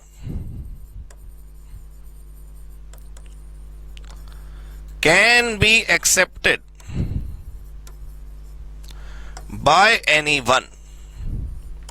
अब आपने ये रूल पढ़ा था, general offer can be accepted by anyone. इस रूल पर आधारित देखिए ये मुकदमा अदालत में पहुंचा और उस पर देखिए ये फैसला अदालत ने सुनाया और हमारी केस लॉ 1 की अंडरस्टैंडिंग भी पूरी हो गई। ऐसे 10 कहानियां हैं, ऐसे 10 केस लॉ हैं और एक 2 मिनट लगेगा दोस्तों। कहानी बड़ी प्यारी प्यारी है, बड़ी छोटी छोटी है, बड़ी इंटरेस्टिंग है, और कुछ कहानियां तो वो हैं जो पहले से तुम जानते हो, राइट। आइए देखते हैं। दूसरा, लालमन शुक्ला वर्सेस गौरी दत्त, केस 2। इसके अंदर क्या हुआ होगा कि जिन दो लोगों में झगड़ा हुआ उन दोनों के नाम में समझ आ गए, लालमन शुक्ला और Gauri Datt, right, both are male. अब देखिए इसमें क्या हुआ। इसमें जो भी हुआ ना तुम्हें पहले से पता है, बिल्कुल वादा रहा मेरा, देखना तुम्हें अभी पता चलेगा that you know it already. देखिए यहां पर क्या हुआ, गौरी दत्त ने sent his servant Lalman, Gauri Datt ने भेजा, किसको भेजा, अपने सर्वेंट को, लालमन को। क्यों भेजा, to trace his missing nephew. ओहो, याद करा, याद आया आपको, हमने भी भतीजा ढूंढा था कुछ दिनों पहले। जब आपको याद होगा, जब मैं आपको जनरल ऑफर पढ़ा रहा था, तब मैंने आपको यह बताया था कि वो भतीजा ढूंढने जो सर्वेंट गया है उसको नहीं पता था कि आप इनाम रख दोगे। देखो, गौरी दत्त का भतीजा खो गया, गौरी दत्त का नेफ्यू खो गया, गौरी दत्त का भतीजा ढूंढने के लिए गौरी दत्त जी ने अपने सर्वेंट को भेजा, बेटा लालमन जा हमारे भतीजे को ढूंढ के ला। भाई वो खो गया, मिल नहीं रहा। लालमन चला गया। लालमन के जाने के बाद he then announced that anybody who traced his nephew would be entitled to a certain reward. ये इनाम अनाउंस शुरू में नहीं हुआ, जब लालमन मतलब उसका सर्वेंट नेफ्यू को ढूंढने निकल गया, उसके जाने के बाद गौरी दत्त ने इनाम की घोषणा करी कि जो कोई भी ढूंढ कर लाएगा हम उसे इनाम देंगे। इस इनाम की जानकारी लालमन नामक नौकर को नहीं थी। लालमन तो अपनी ड्यूटी निभा रहा था, लालमन तो अपने मालिक की बात मानने के लिए गया, लालमन को तो इंस्ट्रक्शन माननी थी अपने बॉस की। लालमन चला गया भतीजे को ढूंढने और भतीजा मिल गया, याद है ना आपको। देखो, लालमन ट्रेस्ड द बॉय, लेकिन in ignorance of this reward, उसे पता नहीं था कि अनाउंसमेंट हुई है, उसे पता नहीं था कि रिवॉर्ड है। सब्सिक्वेंटली बाद में जब वो आया, when he came to know of the reward he claimed it, तो उसने मांग लिया। भतीजा ढूंढने के लिए गौरी दत्त ने अपने नौकर लालमन को भेजा। लालमन के जाने के बाद गौरी दत्त ने इनाम की घोषणा करी कि हम इनाम देंगे, लेकिन इस इनाम की जानकारी नहीं थी उस लालमन को। लालमन ने तो मालिक की वफादारी करने के लिए बड़े मेहनत से उस भतीजे को ढूंढ लिया और अब वो आ गया। अब जब आया वापस और उसे पता चला कि इसके ढूंढने पर तो इनाम था, अब वो इनाम मांग रहा है, तो बताइए आप इनाम मिलेगा या नहीं मिलेगा। इस समय तो आपके दिल की जरूरत नहीं है, आपके दिमाग में वो पुराना उदाहरण बसा हुआ है कि भतीजे के ढूंढने के पैसे लालमन नाम के सर्वेंट को अब प्राप्त नहीं होने वाले, क्योंकि आपको याद होगा क्या नियम पढ़ा था हमने कि ऑफर की जानकारी जिसको है ही नहीं उसको एक्सेप्टेंस कैसे मिल सकती है, वो एक्सेप्टेंस कैसे दे सकता है। ऑफर की जानकारी जिसको है ही नहीं उसको ऑफर के फायदे भी प्राप्त नहीं हो सकते। आइए देखते हैं कि माननीय अदालत ने क्या बोला। अदालत ने दोस्तों जो फैसला सुनाया वो इस समय आपके सामने है। ये देखिए अदालत ने क्या कहा। अदालत बोली he was not entitled to the reward. क्यों? As he did not know the offer, right. It was held that since the plaintiff मतलब शिकायत करने वाला, शिकायत कौन कर रहा था, वो लालमन पहुंच गया ना गौरी दत्त के पीछे, लालमन पहुंच गया होगा अदालत गौरी दत्त से पैसे मांगने के लिए। Was ignorant of the offer of reward, his act of bringing the lost boy did not amount to acceptance. पैसे नहीं मिलेंगे। क्या रूल है, किस रूल पर आधारित है ये, आइए लिखते हैं इस बात को। जो केस का नाम है मैं यहां पर लिख के दिखा रहा हूं आपको। क्या रूल था? Offer can be accepted only when, offer can be accepted only when we have knowledge of the offer.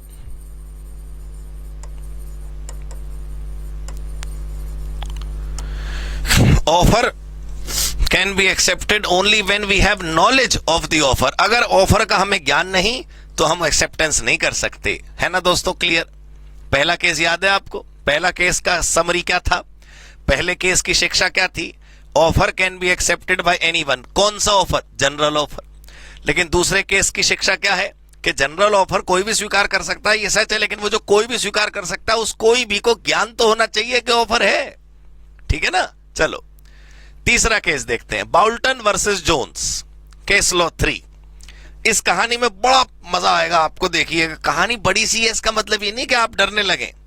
कहानी बड़ी सी कहां है, कहानी छोटी सी है, वो तो फोंट बड़ा है इसलिए आपको देखने से पैराग्राफ बड़ा लग रहा है। पहले मैं आपको थोड़ा सा 1 मिनट इस कहानी का सार समझा दूं, फिर मैं आपको बताऊंगा कि क्या होगा। देखिए ध्यान से देखिएगा। यहां पर एक बिजनेस है,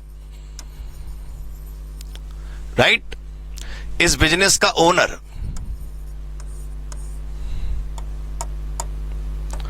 इस बिजनेस का ओनर ये है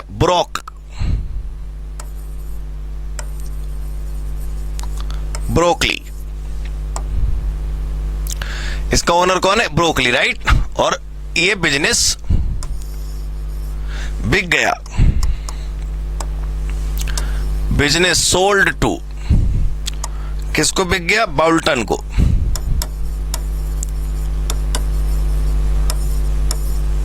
तो इसका मतलब क्या हुआ बताना?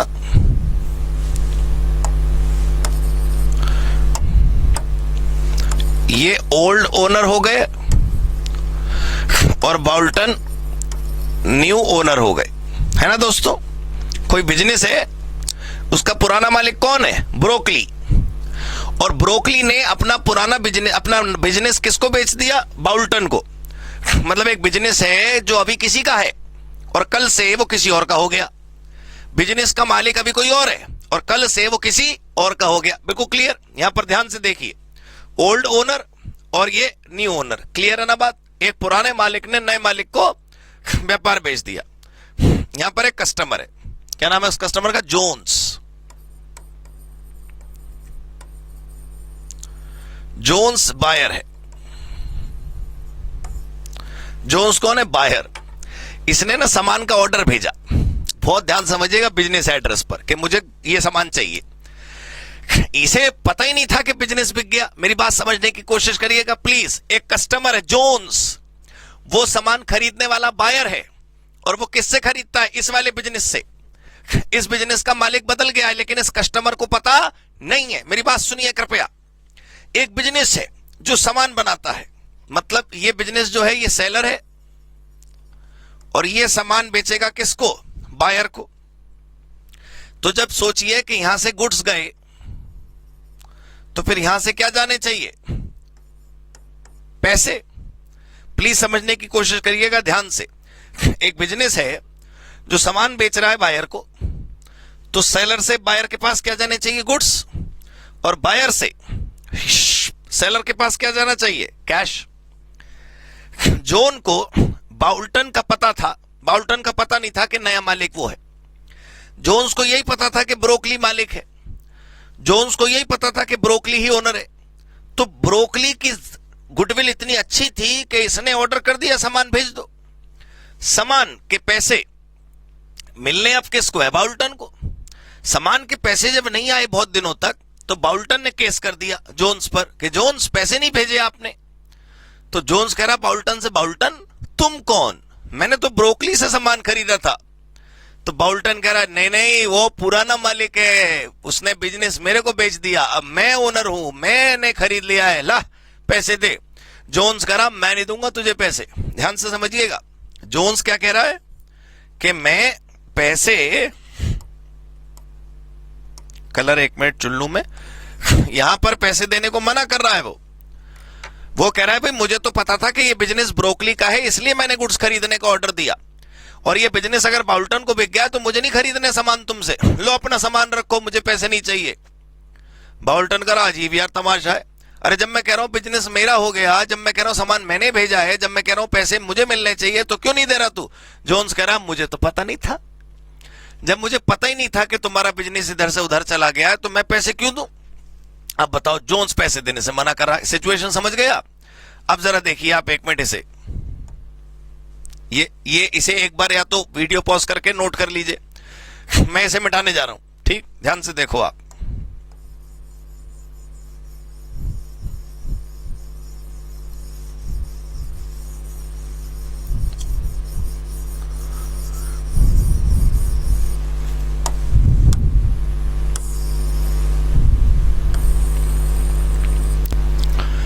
अभी एक स्टोरी पढ़ते हैं कि क्या कहती है। बाउल्टन ने क्या करा? had taken over the business of one of Brocklehurst. हम ब्रोकली बोलेंगे। तो ये जो ब्रोकली और बाउल्टन है, ये कौन है? बाउल्टन तो है न्यू ओनर,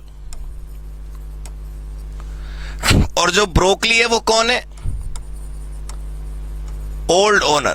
क्लियर होगी ना बात? एक पुराना मालिक है और एक नया मालिक है, बिजनेस बिक गया, ठीक है।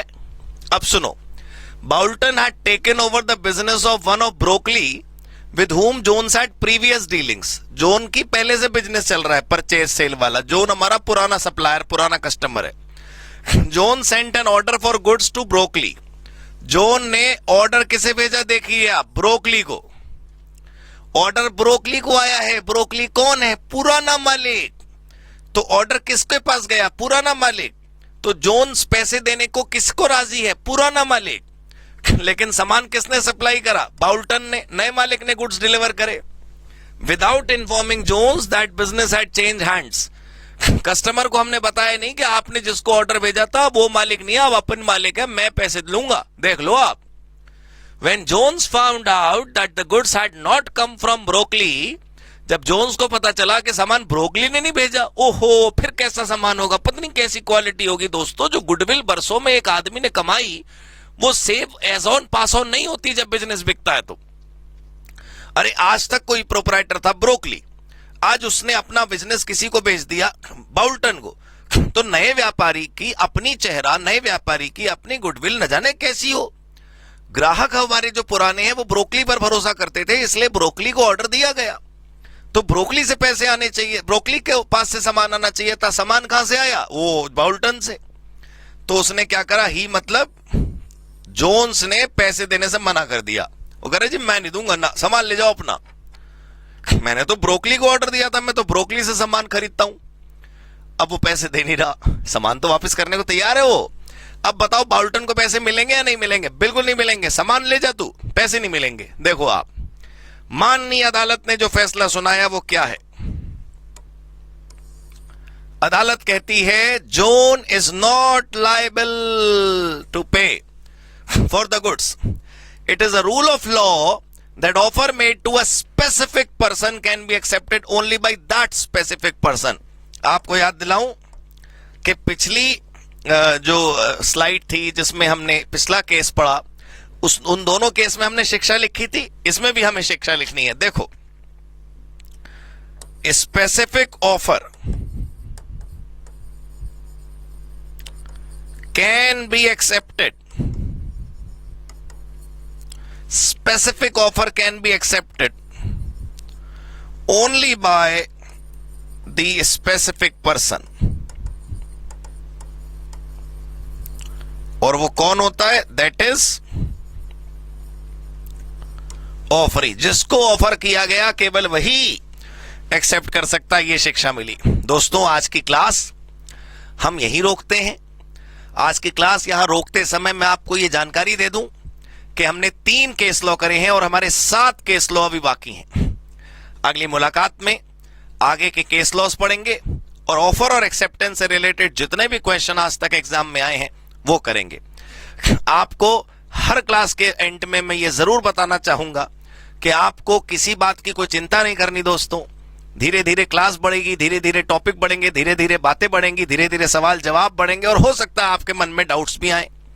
वैसे तो पूरी कोशिश मैं करता हूं कि मैं हर टॉपिक आपको समझाऊं कि मन में प्रश्न न उठे, लेकिन अगर उठे तो मैं हूं, ये याद रखिएगा। जब आप तक क्लासेस पहुंचती हैं तब आपके पास डाउट वाला नंबर भी पहुंचता है। आप प्लीज डाउट पूछिए जब भी आपको पूछना हो, राइट। मेरी किताबें वो थोड़ी सी कलरफुल इसलिए रखी गई कि आपको पढ़ते समय अच्छा लगे। जो नोट्स बनाने हैं उसी पर बनाने, अलग से कुछ नहीं करना, राइट। धीरे धीरे धीरे धीरे आगे बढ़ेंगे, मिलकर आगे बढ़ेंगे। Thank you so much guys, God bless you, goodbye. Hello बच्चों, कैसे हैं आप? क्या हालचाल आपके? पहले तो आगे बढ़ने के पहले आप सबसे रिक्वेस्ट है कि जो कंटेंट आप देख रहे हैं हमारे चैनल पे, इस कंटेंट को आप बाकी जितने भी आपके फ्रेंड्स से दोस्त हैं उनके बीच में आप फैलाएं। बहुत मेहनत होती है मेरी और मेरी टीम की एक एक कंटेंट को डिजाइन करने के लिए। आपके लिए, हमारे सीए बच्चों के लिए आपका हर एक चैप्टर का 1 shot revision, quick revision, marathon, आपके जितने भी कंटेंट है उसके ऊपर में काम करना, हमारी पेड क्लासेज के अंदर में एक एक कंटेंट के ऊपर में वर्क करना, बहुत मेहनत करते हैं हम लोग। और एक ही अल्टीमेट टारगेट होता है कि हमारे बच्चे यानी कि आप अपने अल्टीमेट गोल को अचीव करें, that is chartered accountant degree. मेरे बच्चों, पहले मैं और मेरी पूरी टीम दिल्ली के एक एरिया में हम लोग इसको सीए की क्लासेस प्रोवाइड किया करते थे, लेकिन फिर हमने डिसाइड किया कि क्यों ना अपनी क्वालिटी एजुकेशन को पूरे ऑल ओवर इंडिया में फैलाया जाए at very reasonable cost. Repeat कर रहा हूं, वेरी रिजनेबल कॉस्ट। बिलीव कीजिए, हमने इस सक्सेस को बहुत हद तक पाया है मेरे बच्चे। पूरे ऑल ओवर इंडिया में हजारों बच्चे जो सीए कोर्स को ऑप्ट किए हुए हैं वो हमारे साथ स्टडी कर रहे हैं और बहुत हद तक अपने आप को आगे बढ़ाया है। मेरे प्यारे बच्चों, कुछ रिव्यू पूरे ऑल ओवर इंडिया से हमारे पास सीए बच्चों के आए हैं हमारी क्लासेज को लेकर। मैं चाहता हूं कि वो आपसे शेयर करूं, आप प्लीज एक बार उसको देखें। Hello everyone, this is Pari Maheshwari and I am a CA Foundation student. Hello, my name is Vanshika and I'm doing CA Intermediate right now. Hello friends, myself Prashant Dikshit. I took coaching from COC Education. मैंने Santosh Kumar sir की classes ली थी CA inter group 1 का। I took my accounts tuition from Santosh sir. Sir तो accounts के legend, सबको पता है, वो तुम यूट्यूब में देख सकते हो। Thanks to Rahul Bhutani sir, he's my maths teacher and maths is very difficult but now I don't think that economics Vineet sir पढ़ाते हैं जो कि डिफिकल्ट से डिफिकल्ट कॉन्सेप्ट को काफ़ी इजी वे में एक्सप्लेन करते हैं। I take my business law classes from CA Raghav Goyal sir. He is just amazing. All the teachers clear our concept very nicely and they guide us in each and every step. Monday to Saturday आपका doubt session होता है जिसमें आप WhatsApp पर calling के through आप अपने doubts पूछ सकते हैं और टीचर्स अवेलेबल होते हैं जो कि आपके डाउट्स को पर्सनली सॉल्व करते हैं। the most important thing about COC is that COC provides us very easy books to study. Thanks to COC, my concepts are pretty clear, my doubts get clear right away and I'm even able to score a good marks. Thank you. Thanks to COC जिन्होंने मेरी journey को काफ़ी आसान बना दिया है। Thank you. Thank you so much. And video को like करें, सब्सक्राइब करें एंड सभी अपने दोस्तों के पास पहुंचाएं। ऑल द बेस्ट बच्चे, all the best. Thank you बच्चों, थैंक यू जी, थैंक यू।